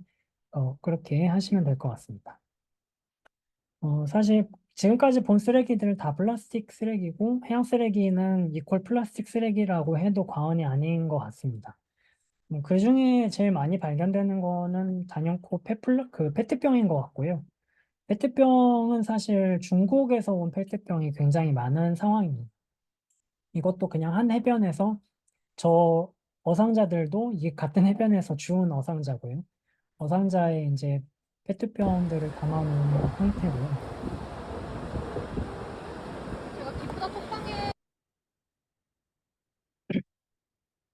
네, 페트병 같은 경우에는 워낙 가볍고 멀리 떠내려갈 수 있다 보니까 오래 있었던 플라스틱 페트병일수록 거기에 뭔가가 붙어 있는 경우가 굉장히 많습니다. 이렇게 그 표류하는 부유성이 있는 해양 쓰레기들은 그 거기에 이제 미생물도 서식을 할 수 있게 되고요. 아니면은 따개비 같은 것도 붙을 수 있고, 담치 같은 것도 붙게 되는데요. 그렇게 해서 다른 생태계에서 온 생물을 유입시키는 그런 배 역할을 할 수도 있는 거죠. 그리고 최근에는 이런 플라스틱 그런 쓰레기들, 큰 쓰레기부터 아주 미세한 플라스틱까지 그 새로운 그 미생물들의 어떤 그라운드가 돼버리면서 아예 뭐 대기권이나 그런 권들과 더불어서 플라스틱 권이라고 할 만한 그런 새로운 권역을 만들었다는 그런 개념도 나오고 있는 상황이고요. 플라스틱 관련해서 현재의 현황은 단순히 플라스틱이 우리가 처음에 생산한 상태로 머물러 있는 게 아니라 미세 플라스틱이 되는 것도 문제지만 플라스틱이 해변에서 직사광선을 많이 받거나 혹은 사람이 고의로 태우는 경우도 많습니다.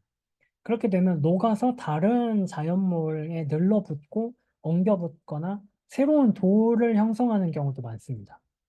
그래서 태운 플라스틱 같은 경우에는 파이로플라스틱이라는 용어를 쓰고 있고요. 그리고 플라스틱 글로머레이트는 이제 글로머레이트가 이렇게 융합하는 뭉치는 종합적인 그런 뜻이라서 이제 플라스틱과 이렇게 착종된 그런 새로운 돌이라는 의미하는 그런 학계 용어로 사용이 되고 있고요. 예술계에서는 좀 더 쉽고 대중적인 용어로 뉴락이라는 용어도 많이 사용을 하고 있습니다.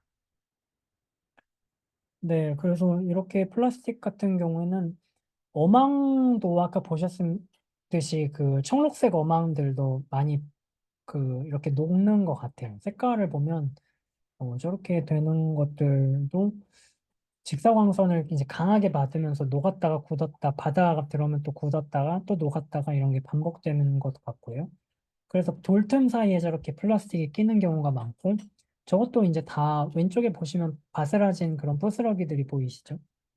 전부 미세 플라스틱이 되고 있는 상황이고 어, 네, 이렇게 플라스틱 쓰레기에 스티로폼 부표 같은 이런 인간이 만든 쓰레기에 다른 생물들이 붙고 있는 상황이 많아서 해변이나 바닷속에서 이렇게 쓰레기를 주웠을 때 좀 갈등될 때가 있습니다. 이게 어떤 생물들한테는 터전이 돼버린 경우도 많고, 이게 적으면은 그냥 떼어내고 수거를 하겠는데, 어떤 경우에는 아예 집이 돼버린 경우도 있는 거예요. 그래서 이거를 어떻게 수거하는 게 나을지, 그냥 두고 와야 될지 굉장히 갈등되는 상황들도 점점 많이 연출되고 있습니다.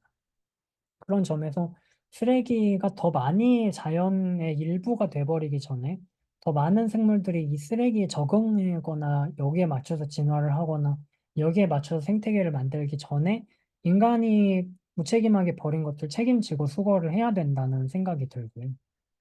그래서 지금 보시는 것처럼 점점 많은 동물들과 생물들이 쓰레기와 정말 엉겨붙고 있다는 점을 또 말씀을 드리고 싶습니다. 플라스틱 쓰레기 중에 또 많이 간과되는 것 중에 하나는 폭죽 탄피예요.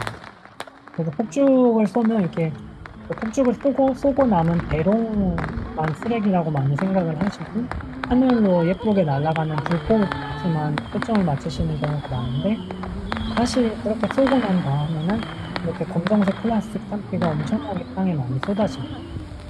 지금도 보시면 정상에서 쏜 그 폭죽이 한 뭐 24연발, 36연발 이런 폭죽을 팔거든요. 그러면 저 폭죽 탄피가 26개에서 24개에서 36개가 그 일대에 쏟아졌다는 뜻이겠죠.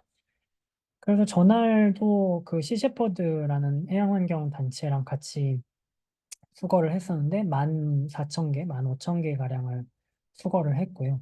그래서 당부드리고 싶은 거는 학생분들이나 자녀분들이나 아니면은 그 친구분들과 함께 해수욕장에 가셨을 때 폭죽을 안 터뜨리셨으면 하는 당부의 말씀을 드리고 싶습니다.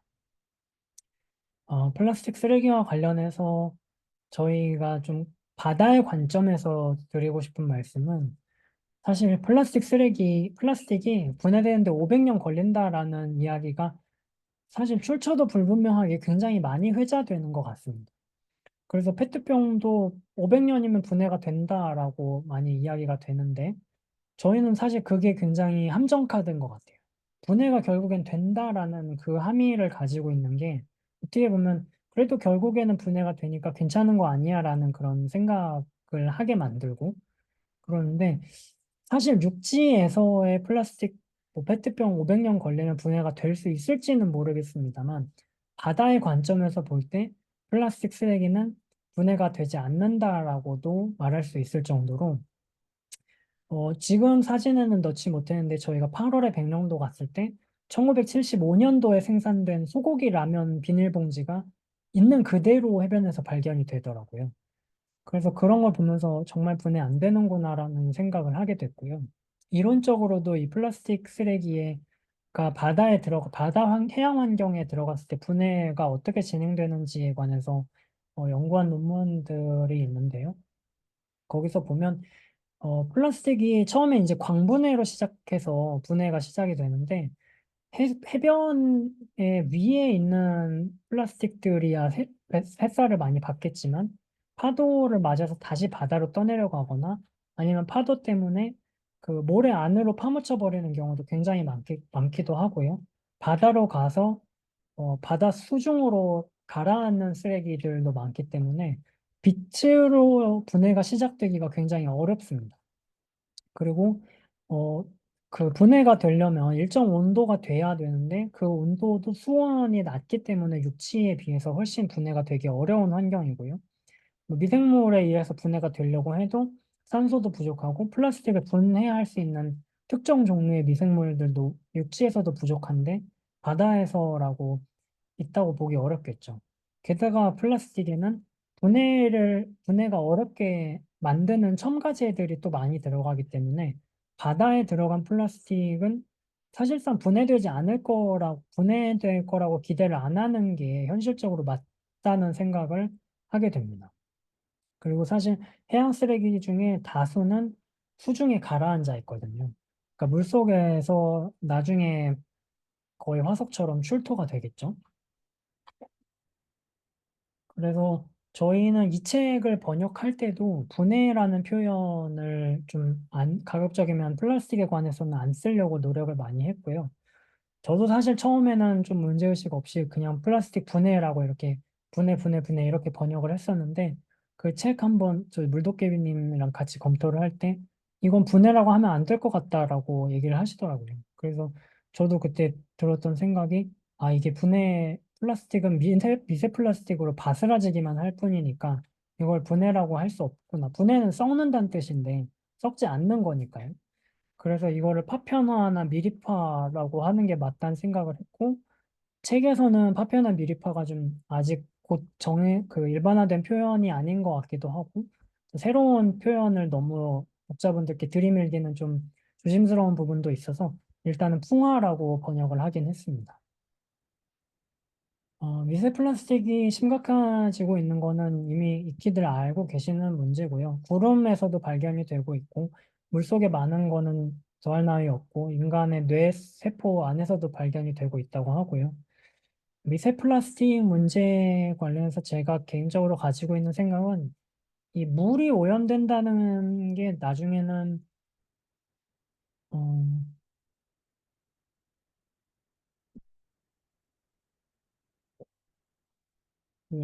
제가 잠깐 끊어졌었네요. 바다를 이렇게 오염시키고 물을 오염시킨다는 게 좀 후쿠시마를 비롯해서 우리나라에서도 그렇고 원전 폐수를 그냥 버린다든지 이런 문제들이 나중에는 물을 마시는 거에 대한 두려움으로 돌아오지 않을까라는 생각도 듭니다. 단순히 그 해산물을 우리가 먹을 수 있고 없고 몇 년 지날 때까지는 방사능 폐수가 여기까지 안 오고 그런 차원의 문제가 아니라 일단 해양 생물들은 그거 계속 마시고 있는 점에서 계속 피해가 누적되고 있는 것도 문제고 인간한테도 이렇게 물을 오염시켜 버리면 나중에는 집단 문명적인 차원에서 공습병에 걸리는 게 아닌가라는 생각도 들기도 합니다. 약간 과장이긴 합니다만 그런 경각심을 가지고 저희는 이런 문제를 좀 다루게 되고 있고요. 마지막 주제로 들려드리고 싶은 이야기는 저희가 그래서 이런 해양 쓰레기를 되게 몇 년 동안 이렇게 열심히 줍다 보니까 또 한 가지 의문이 들었어요.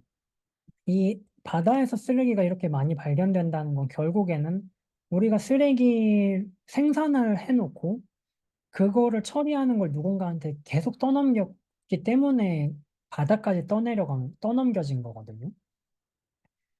그런데 바다에서 주운 쓰레기를 그래서 우리가 책임을 지자 하고서 바다에서 쓰레기를 주웠는데 이 쓰레기들을 모아서 마대자루에 이제 그 쓰레기는 이제 그 염분이 많아서 일반 소각장에서는 소각을 시키지 못하고 그 탈염 작업을 해야 그 재활용을 하거나 소각을 할 수가 있거든요. 안 그러면 뭐 다이옥신이 많이 나오거나 그 소각기를 부식시키는 문제가 있어서 일반적인 소각장이나 쓰레기 처리 시설에서는 받아주지 않는 문제도 있습니다.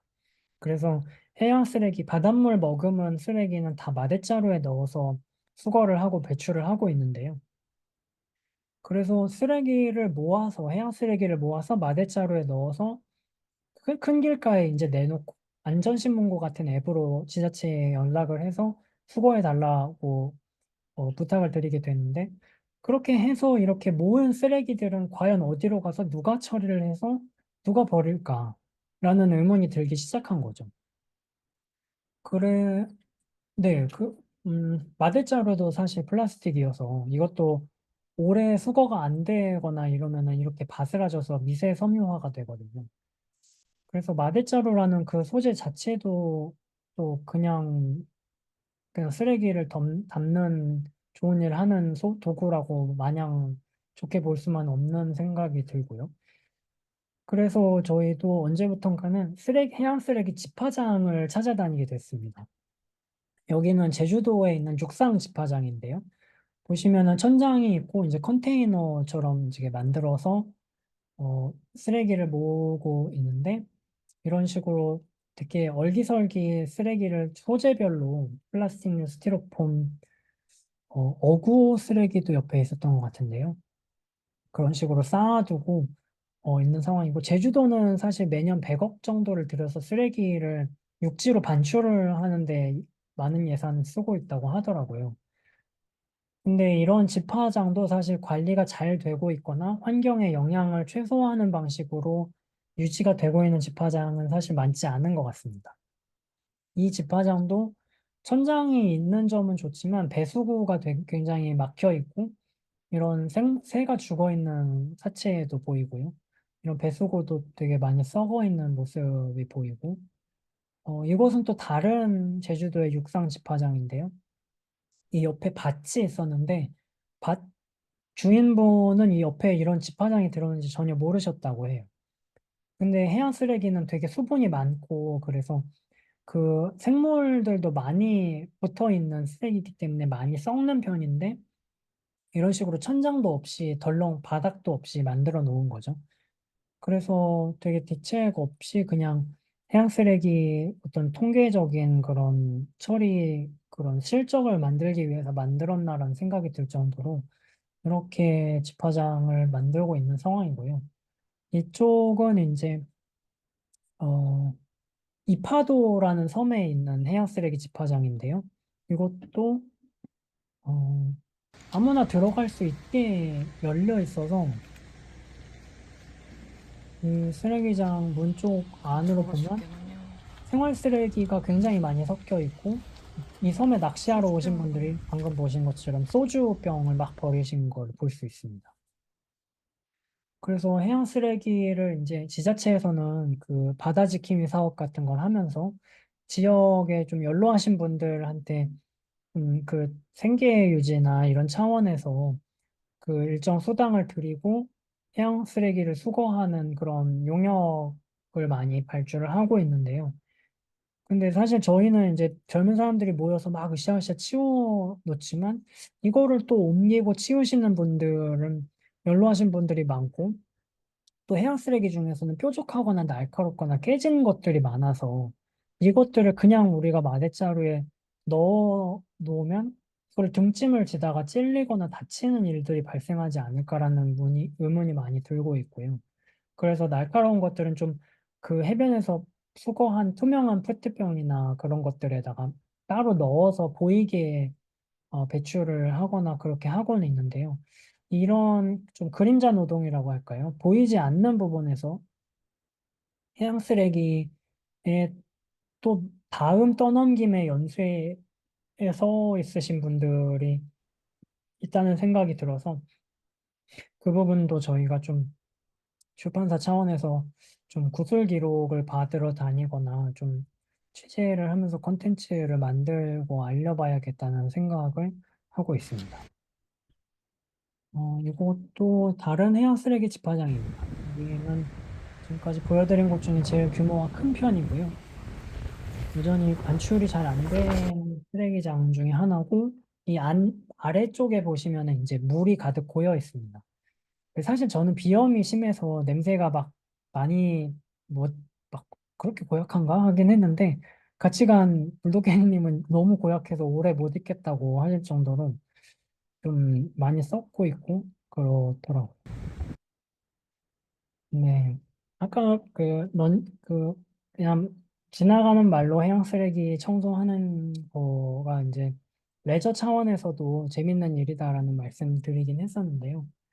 어, 사실 너무 무거운 말씀들만 드리긴 했는데, 그런 식으로 저희가 이번에 8월에 백령도 갔을 때 찍은 사진인데, 해변이 워낙 바위가 많고, 옮기다 보면 넘어지기도 쉽고, 그래서 이런 식으로 일렬로 불클 때 연탄 나르듯이 이렇게 쓰레기를 많이 옮기곤 하는데요. 이렇게 한번 해변 청소하고 나서 화채도 먹고 바다 수영도 하고 그러면은 또 굉장히 재밌기도 합니다. 또 그런 재미이자 보람으로 또 계속 하게 되는 것 같고요. 어, 네, 이 부분도 가볍게 넘어가자면 이렇게 해양 쓰레기 치우는 게 사실 압도적으로 저희가 치우는 양의 정말 수백 수천 배가 바닷속에 가라앉아 있고 바다 위에 떠 있고 하기 때문에 어떤 분들은 그거 치우는 게 의미가 있는가라고 모르시는 분들도 있어요. 그 같이 해변 청소를 가시는 분들도 부모님이나 주변 어른들한테 이번에 해변 청소하러 가요 하면은 그거 치워서 무슨 의미가 있니라는 그런 얘기를 많이 들으시는 분들도 있다고 하시더라고요. 근데 여러 가지 의미가 있다고 저희는 생각하는데요. 그 중에 하나는 일단 그 해변을 치우면 그 해변 인근에 살고 있는 생물들 하나라도 살릴 수 있다는 생각을 합니다. 그래서 초반에 이제 제가 말씀드렸던 것처럼 이게 지금 안 치우면 다시 바다로 쓸려 내려가고 해변에 있을 때 치우는 게 제일 쉽거든요, 사실. 바다로 들어가면 잠수부가 필요하고 엄청 비용도 많이 들고 배도 불러야 되고 사실상 포기하게 되는 그런 문제가 생겨서 해변에 떠내려왔을 때 기회가 하고 빨리 치우는 게 중요하다는 생각을 하고요. 저희는 해변 청소가 단순히 그런 미화 차원이 아니라 그 바다의 안부를 묻는 그런 저희가 계속 보는 사람도 만날 때마다 잘 지내셨어요? 안녕하세요라고 인사를 하잖아요. 식사하셨어요? 그런 것처럼 바다를 갔을 때 할 수 있는 바다와의 관계가 사실 저희가 되게 좀 착취적인 방식으로 바다랑 관계를 많이 맺어온 것 같아요. 바다에 가서 사실 낚시를 하는 것도 바다를 다 자연을 좋아하시고 동물들을 좋아하시는 분들인데 여태까지 우리가 교육을 하고 문화적으로 자연을 즐기고 자연과 어울리는 방식의 그 관계 맺음에 있어서 조금 더 자연과 이렇게 버탈 수 있는 자연에게 착취적이지 않고 폭력적이지 않은 방식의 그런 관계 맺음을 우리가 경험할 기회가 없었기 때문에 자연과 친해지고 싶은데 그 방식이 잘못된 거지. 그래서 해변 청소는 어떻게 보면은 기존에 가지고 있었던 바다를 소비하는 대상이나 먹거리의 대상으로 보거나 아니면 개발하고 매립할 대상으로 보는 거에서 다시 바다와의 관계를 재설정하는 그런 좋은 기초 운동이자 기본 안보 인사라는 생각을 하게 되고요.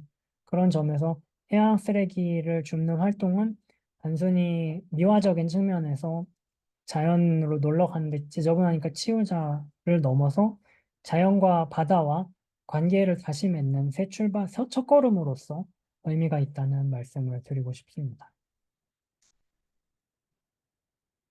네, 마지막으로 추천 도서로 제가 함께 읽어보고 싶은 책들은 이렇게 있고요.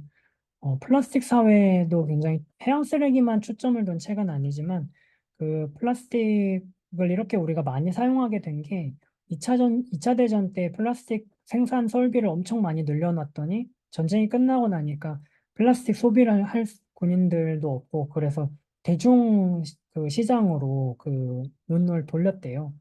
그런데 대중들이 플라스틱을 많이 쓰게 하려면 사실 처음에는 그 플라스틱 컵 같은 것도 사람들이 가져가서 계속 쓰고 또 썼던 거죠. 그러니까 안 팔리는 문제가 생기고 그래서 어떤 CF를 돌리게 되냐면 한 번 쓰고 버리면 된다. 그게 새로운 소비 생활이고 새로운 문명이고 도시인으로서 더 품격 있는 그런 거다라는 그런 프로파간다를 만들기 시작한 거죠. 그래서 일회용으로 종속된 이 사회를 되돌아보는데 굉장히 좋은 책이라는 생각이 들어서 소개해드리고 싶고요. 네, 바다로 간 플라스틱도 얇고 그 지성사 해양mon고 시리즈 100권 정도 되는 시리즈인데 그중에 되게 얇게 입문서로 또 학생분들과도 읽기 좋으실 것 같아서 플라스틱 수프라는 책은 그림이 굉장히 많고 통계가 많아서 되게 좋은 책입니다. 네, 여기까지 좀 되게 허겁지겁 숨가쁘게 달려왔는데요. 어, 들으시면서 궁금하셨던 점이나 어, 더 추가적으로 듣고 싶은 내용들이 있으시다면 편하게 질문해 주시면 제가 아는 선에서 최선을 다해서 답변 드리겠습니다. 네, 고생하셨어요. 애쓰셨습니다.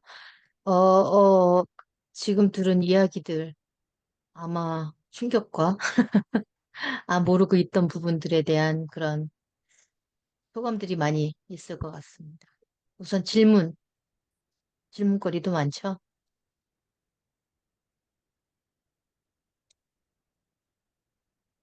얼마나 기다릴까요? 5초? 채팅 올려주신 것들도 지금 한번 쭉 보겠습니다. 채팅에 질문은 딱히 있지 않고요. 음, 네.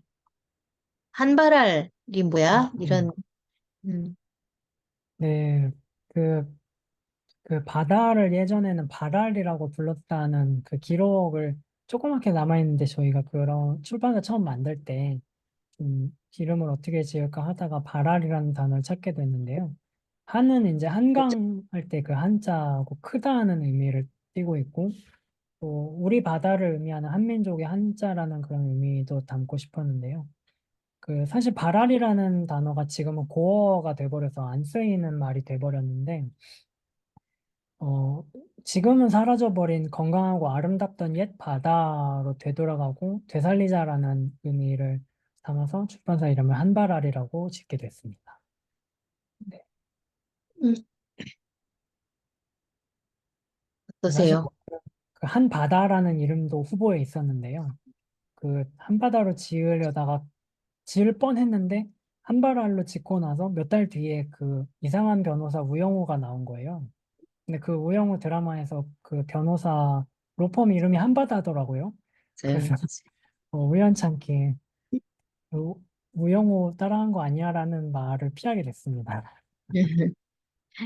괜찮은 것 같아요. 한발알? 이거 뭐야, 잘못 쓴 음, 거 아니야? 하면서 한 네. 번 더 돌아보고 새길 수 있는 그런 중이어서 잘 지으신 것 같습니다. 음, 인스타그램이 제가 아침에 잠깐 들어갔었는데 네. 인스타그램에 여러 가지 바다 관련된 이야기, 쓰레기 관련된 이야기들을 많이 올려놓고 계시더라고요. 네.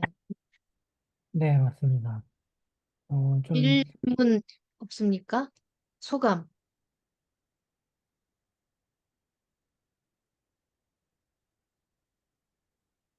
어, 아, 막 올라오네요. 네. 말씀은 아니고. 네, 윤상혁 선생님, 우리가 바다에 버린 모든 것에 대한 주변 반응은 어땠을까요? 학교에서 어떻게 활용하면 좋아요? 하는 거예요. 네, 처음 책을 냈을 때는 이제 주변에 활동하시는 분들께서 많이 호응을 해주시고 응원을 많이 해주셔서 저희도 첫 책 내는 입장에서 많이 힘들었지만 그 응원으로 처음을 버틴 것 같고요. 그 해 말에 그 세종도서 교양부문 추천도서로 감사하게도 선정이 돼가지고 원래 재고가 굉장히 많았는데 남은 재고를 전국 그 공립도서관에 납품을 할 수 있게 됐습니다. 그래서 그렇게 일세를 소진하면서 그 제작비를 운 좋게 회수를 할 수 있게 됐고요. 주변 반응으로는 그 이후에도 이제 서점이나 이런 곳에서 그 북토크나 그 해양 쓰레기 문제에 관해서 공감하시는 서점지기 분들께서 많이 북토크를 불러주셨었고, 책에 학교에서 활용하실 때는 아무래도 저희도 지금 가지고 있는 문제의식이 너무 그 나무를 베지 않고 책을 만드는 거에 초점을 맞추면서 좀 너무 고가의 종이를 쓰다 보니까 책 정가가 많이 비싸졌습니다. 지금 정가가 34,000원이 돼버렸는데요. 물론 뭐 600쪽 정도 되는 책에 그 정도 정가가 맞을 수도 있긴 하겠습니다만 저희도 좀 더 많은 분들이 함께 읽으셨으면 하고 사실 너무 그냥 권해드리기에 너무 비싼 책이어서 종이를 바꾸고 좀 정가를 29,000원에서 27,000원까지 낮추려고 생각을 하고 있는데요.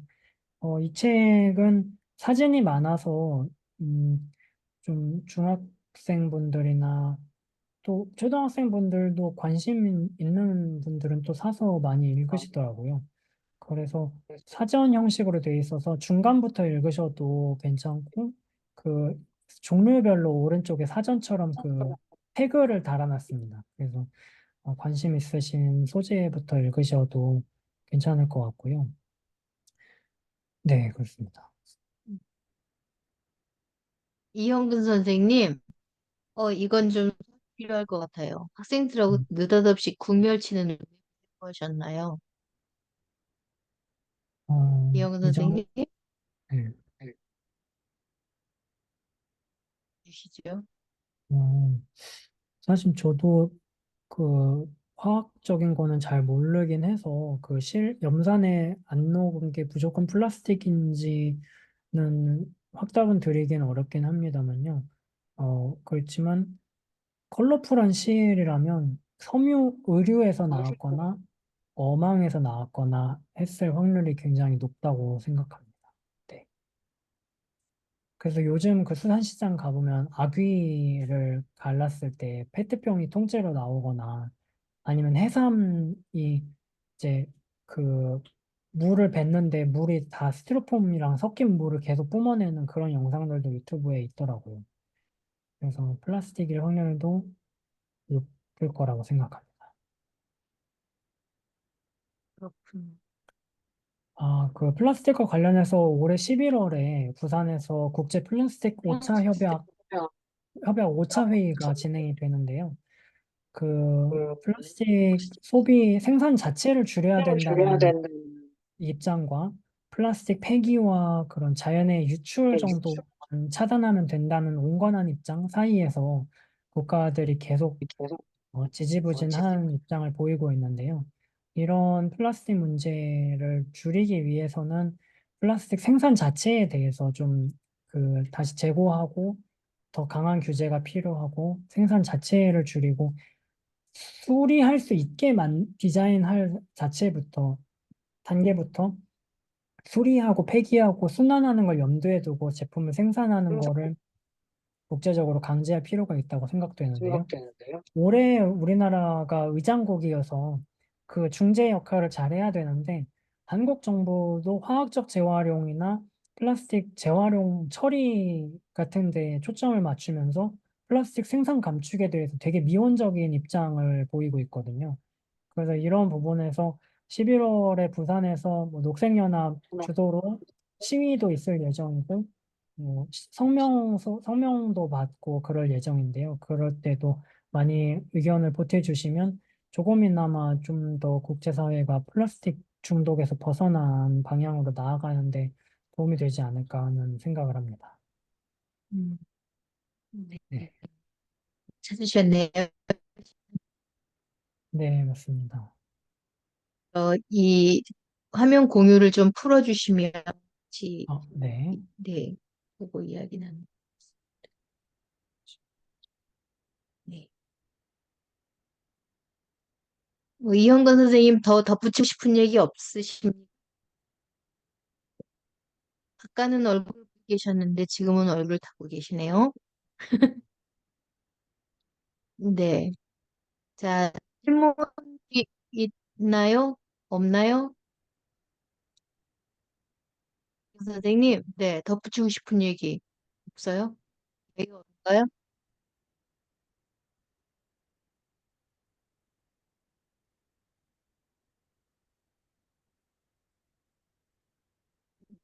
사정이 쉽지 않은 것 같습니다. 언제라도 얘기하고 싶을 때 말씀해 주세요. 마이크 열고.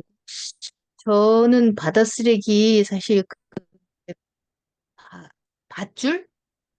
밧줄이 네. 왜 팔뚝만한 게 바위에 박혀 있고 뭐 쉽게 끊지도 아까 붙여진 것도 봤지만 네. 끊어지지도 않고 그것만 있는 게 아니라 끊임없이 다시 밀려오는 그 쓰레기를 과연 우리가 해결할 수 있을까? 눈에 보이는 거 말고도 엄청 많다고 얘기하시는데 어떤 것 같아요? 임성우 쌤 어떻게 하면 좋죠? 제가 아까 화면 공유를 하느라 현장에 쓰레기들 원래는 배경 흐리기를 지우겠습니다. 네. 이게 장어 통발입니다. 이렇게 컸어요? 네, 이렇게 크고요. 그리고 어, 네, 이 아래에 이제 장어 통발들이 이렇게 들어가는 거고요. 들어가 이 겹쳐지는. 사이의 연결부도 삭으면은 이렇게 떨어지게 됩니다. 그래서 이거를 이렇게 이 아래에 이렇게 끼워서 장어 통발을 여기는 이제 끈으로 되어 있는데요. 여기에 보통 철로 된 클리프라고 할까요? 이런 것들을 달아놓고 끈에 이렇게 달아서 네, 이건데요. 이것도 저희가 바다에서 발견한 건데 이거를 달고 줄을 이제 도르래로 탁탁탁탁탁 하면서 계속 바다에 뿌리는 거죠. 근데 이게 거의 5초에 하나씩 바다에 떨어지니까 계속 탁탁탁탁탁탁 걸어서 바로 바다로 이렇게 던져버리는 그런 도구입니다. 네. 음, 물범이 저걸 어떻게 물범이 나 했더니 네. 음, 이거는 부표고요. 대체 소재 부표고요. 네. 때려 보면 이렇게 단단하게 생겨 있는데요. 네, 지금 보시는 것처럼 저희가 다 사가서 사실 이거는 구멍도 안 뚫리고 멀쩡하긴 합니다. 다시 쓸 수 있는데 이게 사가 버리니까 다시 재활용도 안 되고 결국에는 그 플라스틱 순환의 고리에서 벗어나져 버리는 것이죠. 네, 그렇습니다. 네, 시간이 남아서 이렇게 또 보여주세요. 네, 저희 그냥 그게 있어요. 와. 아, 네, 요거는 그 아까 보여드렸던 칠개잡이 통발의 일부인데요. 아, 원래는 3m 정도 돼서 이것보다 훨씬 큰데 우연찮게 저희가 해변에서 좀 바스라진 거를 조각을 찾아서 이것도 한번 표본으로 가져가 수집해보자 해서 가져오게 됐고요. 보시는 것처럼 이렇게 여기에 이제 다 빠져서 옆으로 이동하다가 죽는 것이죠. 이거 같은 경우에는 아까 그 폭죽 탄피 영상 보여드렸는데요. 이런 식으로 5 곱하기 5면은 이제 25연발이겠죠. 이거를 불을 붙이면 그 폭죽 탄피가 이제 25개가 바다에 버려지게 됩니다. 네. 실개잡이 그거 뭐라 그래야 되지? 트랩? 그거는 새만금에서 전에는 아주 심하게 부러져 있었거든요. 지금은 그걸 볼 수 없, 오히려 저는 아쉽게 느껴지네요. 그나마 음. 있으면 개법 없으니까. 이게 그 1975년도에 생산된 소고기 라면입니다. 네, 요번에 백령도에서 수거한 그 라면이고요. 네, 내가 아까 버린 것 같은데. 통인가. 보여드렸던 여수에서 주운 농장. 농약병입니다. 이것도 다 농약병이고. 그래서 저희가 현장에서 강연을 할 기회가 있을 때는 이제 그 테이블에 해양 쓰레기를 종류별로 늘어놓고 직접 만져보시거나 뭐 냄새도 맡아보실 수 있고 그런 식으로 그렇게 하면 이제 해양 쓰레기를 이제 강의로만 듣는 것보다 직접 봤을 경험을 했을 때 이게 나의 삶과 멀리 있는 게 아니구나라는 그런 경험을 하시게 되는 것 같아서 그래서 현장으로 갈 때는 이렇게 큰 더블백 속에 해양 쓰레기를 바리바리 싸들고 천국을 다니고 있습니다. 네. 아, 출판인가요? 아니면 어, 친구인가요? 질문 한 번 다시 해주시겠어요? 지금 계신 그 구간은 사무실인지 아니면 네, 저희 사실 사무실인데요. 저희가 이사 온 지 얼마 안 돼서 밤늦게까지 네, 반갑습니다. 저랑 같이 물도끼를 네, 안쪽에서 노동을 하고 있었던 같은 출판사 활동가 물도깨비입니다. 아, 반갑습니다. 로봇이 반갑습니다. 안에 청소를 하고 있었어서 조용히 물 하나 있었습니다. 네, 네, 감사합니다. 이 쓰레기 표본들을 수집한 장본인입니다. 사실 네, 처음에는 이게 종류가 많지 않아서 저는 사실 저걸 왜 주나 했거든요. 그런데 저거를 종류가 20개, 30개씩 되고 나니까 아카이브가 되더라고요. 그래서 되게 교육 자료로 많이 쓰고 있고, 사실 저희 한바랄에서 활동력과 어떤 바다를 만나는 철학과 바다의 안보를 묻는다는 그런 메시지를, 방향성을 가지고 이 책이 우리 지금 필요하다라고 그 길을 이끄는 네, 대표님입니다. 네. 네, 오늘은 제가 우연찮게 강의를 준비하게 됐지만, 네, 소개해 드릴 수 있게 돼서 영광입니다. 네. 네.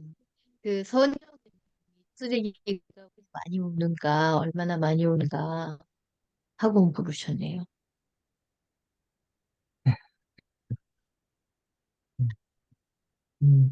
굉장히 많이 들어와 주셔서 굉장히 깜짝 네. 놀랐습니다. 이렇게 많은 분들 앞에서 어, 해양 쓰레기. 질문 하나 드려도 될까요? 네네, 그럼요. 저도 방학 때나 여행을 하면은 항상 제주도에 가서 디프다 제주의 수줍 일정이나 아니면 세이브 제주 바다 의 수줍 일정을 확인하고 이렇게 해양 정화 활동을 같이 여러 번 했었거든요. 그런데 그때마다 제가 이렇게 줍게 됐던 그 모든 플라스틱이나 어떤 비닐류의 쓰레기가 우리나라 거는 거의 없고 거의 대부분이 동남아시아나 뭐 중국이나 홍콩에서 온 쓰레기들이 거의 한 90%가 그렇더라고요. 아, 네네네. 네, 그런 게 뭐 이렇게 태평양 환류에 뭐 의한 거다 그 정도로만 알고 있는데 그러면 이제 저희 나라의 쓰레기들도 그렇게 환류에 의해서 다른 나라에 가서 발견되는 경우가 좀 많은지 네, 좀 그런 게 궁금해요. 네네. 아무래도 그 해류가 중국에서 한국 방향으로 불고 한국에서 일본 쪽으로 가고 일본에서 또 태평양으로 가는 방향이다 보니까요. 그래서 한국에서는 특성상 중국 쓰레기가 더 많이 발견되는 것 같습니다. 그런데 또 그래서 이제 한국에서는 중국이 쓰레기를 줄여야 된다거나 다 중국 쓰레기니까 우리는 책임이 없다고 생각하시는 분들도 많이 계시긴 하세요. 그런데 사실 일본에서는 또 다 한국 쓰레기다라고 하면서 되게 또가 혐한 정서와 또 섞여서 그렇게 책임을 물은 경우도 있고요.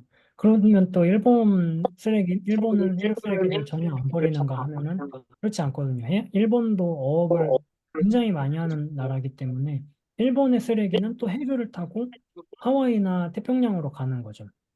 그래서 태평양 쓰레기지대 GPGP라고 약어로 그렇게 해칭을 하는데요. 그 쓰레기지대를 보면은 한 절반 정도는 중국이랑 일본이 양분을 하고 있고요. 20%에서 30% 정도 한국이 차지하는 것 같고 나머지는 이제 다른 나라에서 오는 것 같은데요. 오늘 제가 언급드렸던 쓰레기 중에서는 장어 통발이 한국이 그 태평양과 하와이 그리고 하와이의 뭉크물범 같은 생물들에게 굉장히 피해를 많이 끼치고 있는 그 쓰레기라고 말씀드릴 수 있을 것 같고 그래서 저는 개인적으로는 이 해양 쓰레기는 누구의 책임을 묻기보다는 아예 이렇게 했으면 좋겠습니다. 그 국제 기금을 다 그 기금을 출원을 해서 국제 기금을 만들어서 이게 누가 버린 거다 할 거 없이 그냥 같이 다 동해에 있는 쓰레기들을 치워야 되지 않나. 그러니까 그런 국제 기금이 없으면은 뭐 내 돈 들여서 치우기 싫어라고 다 서로 미루는 상황밖에 안 되니까요. 그래서 그런 식의 좀 국제 공조가 많이 필요한 상황인 것 같습니다. 네. 저- 이게 가능한지 모르겠네요. 불가능할 네. 것만 같아서 하네요. 플라스틱 수프라고 하다시피 바닷속에 것 같고 우리는 이제 플라스틱을 먹는 생각 들고 네, 그렇습니다. 이 소감 말씀 나눠주실 분 계실까요? 윤상혁 선생님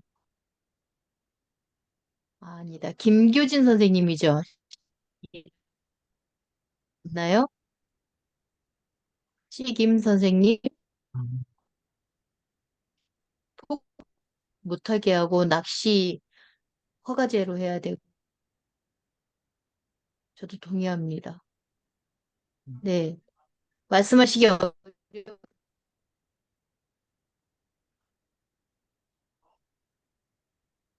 네, 알겠습니다.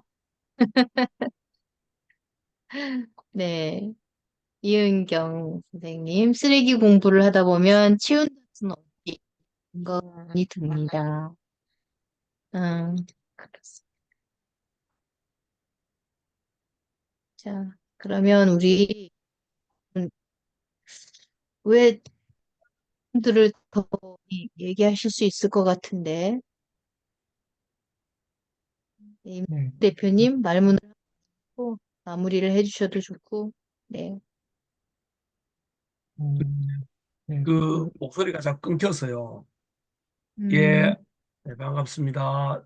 전국 환생교 교주 임성무라고 합니다. 네. 그래서 진짜 오늘 그 선생님 이야기 들으면서 저희들이 2023년 1월 달에 전국 환생교 제주도에서 습지 연수를 하는 때 하루 이제 쓰레기를 주러 갔거든요. 네네. 정말로 쓰레기가 많아서 어마어마했어요. 저희들이 한 3, 40명이 주워 내는데 쓰레기가 너무 많아가지고 저도 바다 쓰레기가 많은 줄 알았지만 역시 주워 보니까 그렇게 많은 걸 알겠더라고요. 정말 바위에 끼어서 나오질 않아서 저희는 그날 뭐 가위라든지 이런 걸 안 가져가서 정말로 고생을 했는데 야 이러다가 어디 발이라도 뭐 부러질까 뭐 이런 걱정하면서 막 해서 고생을 정말 하셨다 이 생각이 좀 해봐 한 번 해봤는데도 그렇게 느끼는데 정말 어땠을까 싶기도 하고요. 그 역시 이제 워낙 그 말씀하실 때 저희들이 그 평소에 사용하지 않는 그 감동적인 식구들을 막 말씀해 주셔서 저는 이렇게 막 옷에 화요 공부방 할 때마다 이렇게 막 공책에 적으면서 이렇게 공부를 하거든요. 그래서 막 이게 주옥 같은 말씀들을 막 이렇게 적어 봤어요. 근데 역시 이제 마지막에 하신 말씀이 그 소중한 말씀이었던 것 같은데 이 바다 생물들이 플라스틱이나 이런 데 적응하기 전에 이 플라스틱이나 쓰레기가 자연의 일부가 되어버리기 전에 우리가 빨리 해결해야 된다는 말씀도 대단한 말씀 같고요.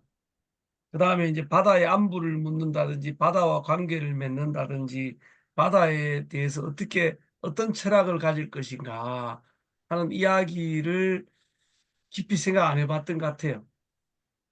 그냥 바다는 아름답고 낭만적이고 뭔가 진짜 놀거리가 굉장히 많고 뭐 그래 그것만 생각했지. 물론 쓰레기 걱정은 조금 했어요. 했는데 이렇게 깊이 있는 그 생각을 안 했는데 오늘 덕분에 제가 회장이라서 제 소감을 말하라고 그래서 말하는 건데 이렇게 오늘은 말은 요래하고 또 내일부터 또 무슨 짓을 할지 제가 알 수 없지만 어쨌든 좋은 공부가 된 것 같고요. 요거를 어린이용으로 뭔가 이렇게 한번 언제 한번 그 저희들이 저번에 기후 위기 관련해서 전국에서 막 줌으로 막 공부를 한 적도 있는데 선생님 이야기 들고 막 이렇게 전국에 네. 한 100개 학급을 연결해서 줌 강의를 한번 해주시면은 좋겠다. 이 생각을 왜 하냐면은 제가 그걸 다 설명을 못 하겠어요. 아, 오늘 네. 듣고 이자 묻고 안 할 거거든요. 그래서 물론 도시 플라스틱도 쓰레기도 엄청나서 문제지만 그 모든 쓰레기가 다 바다로 간다. 처음에 말씀하셨거든요. 네. 그래서 그 이야기를 한번 하는 것도 되게 그 아이들이 쓰레기 문제에 대해서 또 고민을 좀 하지 않겠나 싶어서 한번 언제 한번 그 두림쌤하고 좀 의논하셔가지고 네. 한 시간 정도 그 줌 강의를 어린이 대상 학급을 연결해서 한번 하면 좋겠다 이 생각이 들었어요. 음. 네. 잘 너무 들었습니다. 감사한 제안입니다. 저희도 네, 준비를. 윤성영 선생님 동의하십니까? 네, 아니, 저는 그것도 좋은 것 같고, 이건 가능한지 모르겠지만, 우리가 바다에 버린 모든 것을 일종의 한국판 그런 것이 있어도 좋겠다, 그런 생각 들었습니다. 그 구역별로 나눠서 저희가 해변이 굉장히 많잖아요. 서해안이라든지 남해안이라든지 동해안이라든지. 그 환생교도 또 그 지역에 따라서 또 이렇게 접하고 있는 해변들이 좀 다르니까 구역 나눠가지고 시간이 좀 많이 걸리더라도 우리나라 그 해변들에서 어떤 이제 그런 쓰레기들이 나오는지 이 저자가 이렇게 종류를 나눈 것처럼 우리 한국 상황에 맞게 한번 그 조사 활동을 하는 것도 학생들 교육과도 좀 연결할 수 있지 않을까. 또 한생교랑 또 같이 연결해서도 할 수 있지 않을까. 그런 생각도 잠깐 해봤습니다. 네, 좋은 생각입니다. 저는 지금 이 이야기를 들으면서 두드러기 막 생겼어요. 그래서 가려서 긁고 있는데, 어, 이게, 근데 아무튼 고민을 많이 해야 될 문제인 것 같아요. 오늘 이야기 들려주신 서서재님과 한발할 네, 그러니까 어떤 활약을 하실지 좀 기대되고, 네, 함께 뭔가 해결에 발맞춰 볼 것까지 가능성을 두고 이야기 들었습니다. 그 다음 주 화요 공부방을 안내하고 이 자리를 마칠까 합니다. 혹시 꼭 말씀을 하실 분이 계시다면 3초 기다려 넘어가겠습니다. 저 처음부터 못 들었는데 저기 중간에라도 듣게 돼서 너무 감사하고 이렇게 의미 있는 일을 해주셔서 감사합니다. 그 아, 대부도에 제가 요새 뭐 방아머리 해수욕장에 이제 자주 가고 있는데 생각보다 사람들이 저는 관심이 바다에 없는 줄 알았는데 학생들이랑 학부모들이 엄청나게 조개를 잡으러 가고 있더라고요. 그래서 그리고 아무튼 낚시를 이렇게 막 예능으로 하는 거 이런 거 문제고 낚시가 좀 살생이라는 걸 사람들이 알았으면 좋겠다라는 생각이 들었어요. 의미 있는 일을 해주셔서 감사합니다. 감사합니다. 잘 들었어요. 네. 네, 마지막으로 서서재님 혹시 광고 말씀 주시고요. 네, 저도 이렇게 해양 쓰레기 이야기를 관심 갖고 들어주셔서 너무 감사하고 불러주셔서 너무 감사합니다. 네, 고맙습니다. 뵙기를 한번 준비해 보겠습니다.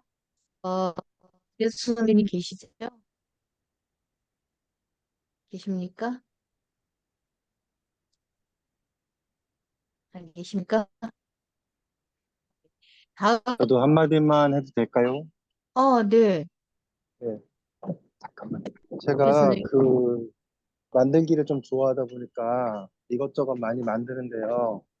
그 해양 쓰레기 같은 게 많이 나오는데 그 쓰레기 가지고 우선 아이들한테 관심을 좀 끌어야 되잖아요. 그래서 아이들하고 만들기를 좀 해보는 건 어떨까? 어떤 쓰레기로 어떤 게 이쁜 게 나왔다 그러면 아이들한테 쓰레기를 주시면서 자기가 만들고 싶고 있는 쓰레기가 있다면 그런 걸 미리 주셔서 하는 것도 나쁘지 않을 것 같아가지고 그 생각을 했어요. 저도 방송을 똑바로 못 들어서 제 일하는 중이라 왔다 갔다 해서 그런 부분도 있으면 좀 좋을 것 같아요. 만약에 책을 내신다 하더라도 쓰레기로 만들어서 어떤 작품이 나왔다. 그러니까 작품 좋아하시는 선생님들 많으니까 무슨 예술가 전문가 이런 게 아니고 그냥 기본적으로 만들기 같은 걸 좀 좋아하시는 사람들한테 좀 했으면 좋을 것 같아요. 방 찾아주셔서 감사합니다. 네, 어쨌건 바다로 나가야 죄송합니다. 될 것 일중이라. 내리고. 예. 네, 감사합니다. 주화요 공부방 안내하고 이 방 마무리하기로 하죠. 30주년 한생교 창립 30주년 기념입니다. 교육의 씨앗 뿌린 한상훈 선생님의 삶 철학을 이야기 나누기로 했습니다. 주에도 꼭 같이 해주시고요. 네, 알겠습니다. 네, 잘 들었습니다. 고맙습니다. 감사합니다. 네, 네, 들어주셔서 너무 감사합니다. 혹시 그 뭐지? 유튜브는 이 환생교 채팅방을 공유하겠습니다. 혹시 다시 보고 싶거나 궁금한 게 있어서 다른 사람한테도 네, 링크 전달 주시면 될 것 같습니다. 공개해 주셨거든요. 고맙습니다. 안녕히들 주무세요.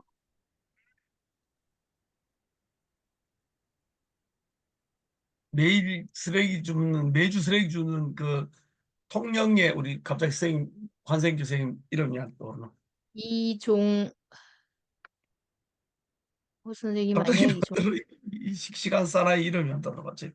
이종 같은데? 어, 이종호 선생님. 이종호 예, 선생님. 이종호 선생님. 오늘 왜 안 오셨지? 오셨으면 선생님하고 여기 착착 맞았어. 재밌었겠다. 맞아요. 그죠? 음. 하여튼 수고하셨습니다. 선생님 반갑습니다. 자주 봬요. 환생교 감사합니다. 가입하세요. 네. 환생교 잠깐, 조직이에요. 네. 네. 이제 마치신 거죠, 공식적으로? 네, 네, 네. 저 19일 날 네, 세정보 가는 거 있잖아요. 네네. 네. 김두림 선생님 오실 수 있어요? 네. 예? 10, 네. 예. 잘 안 들리나 봐요? 자꾸 끊기긴 해요. 네, 저 갑니다. 가지 말까요? 아니요. 누가 오시는지 체크를 해야 되는데, 아, 톡방에서 잘 소통이 안 되길래 얼굴 뵙는 김에 여쭤봅니다. 대표님도 가시고, 그죠? 네. 네. 수고 많으셨어요. 수고하셨습니다. 안녕. 네.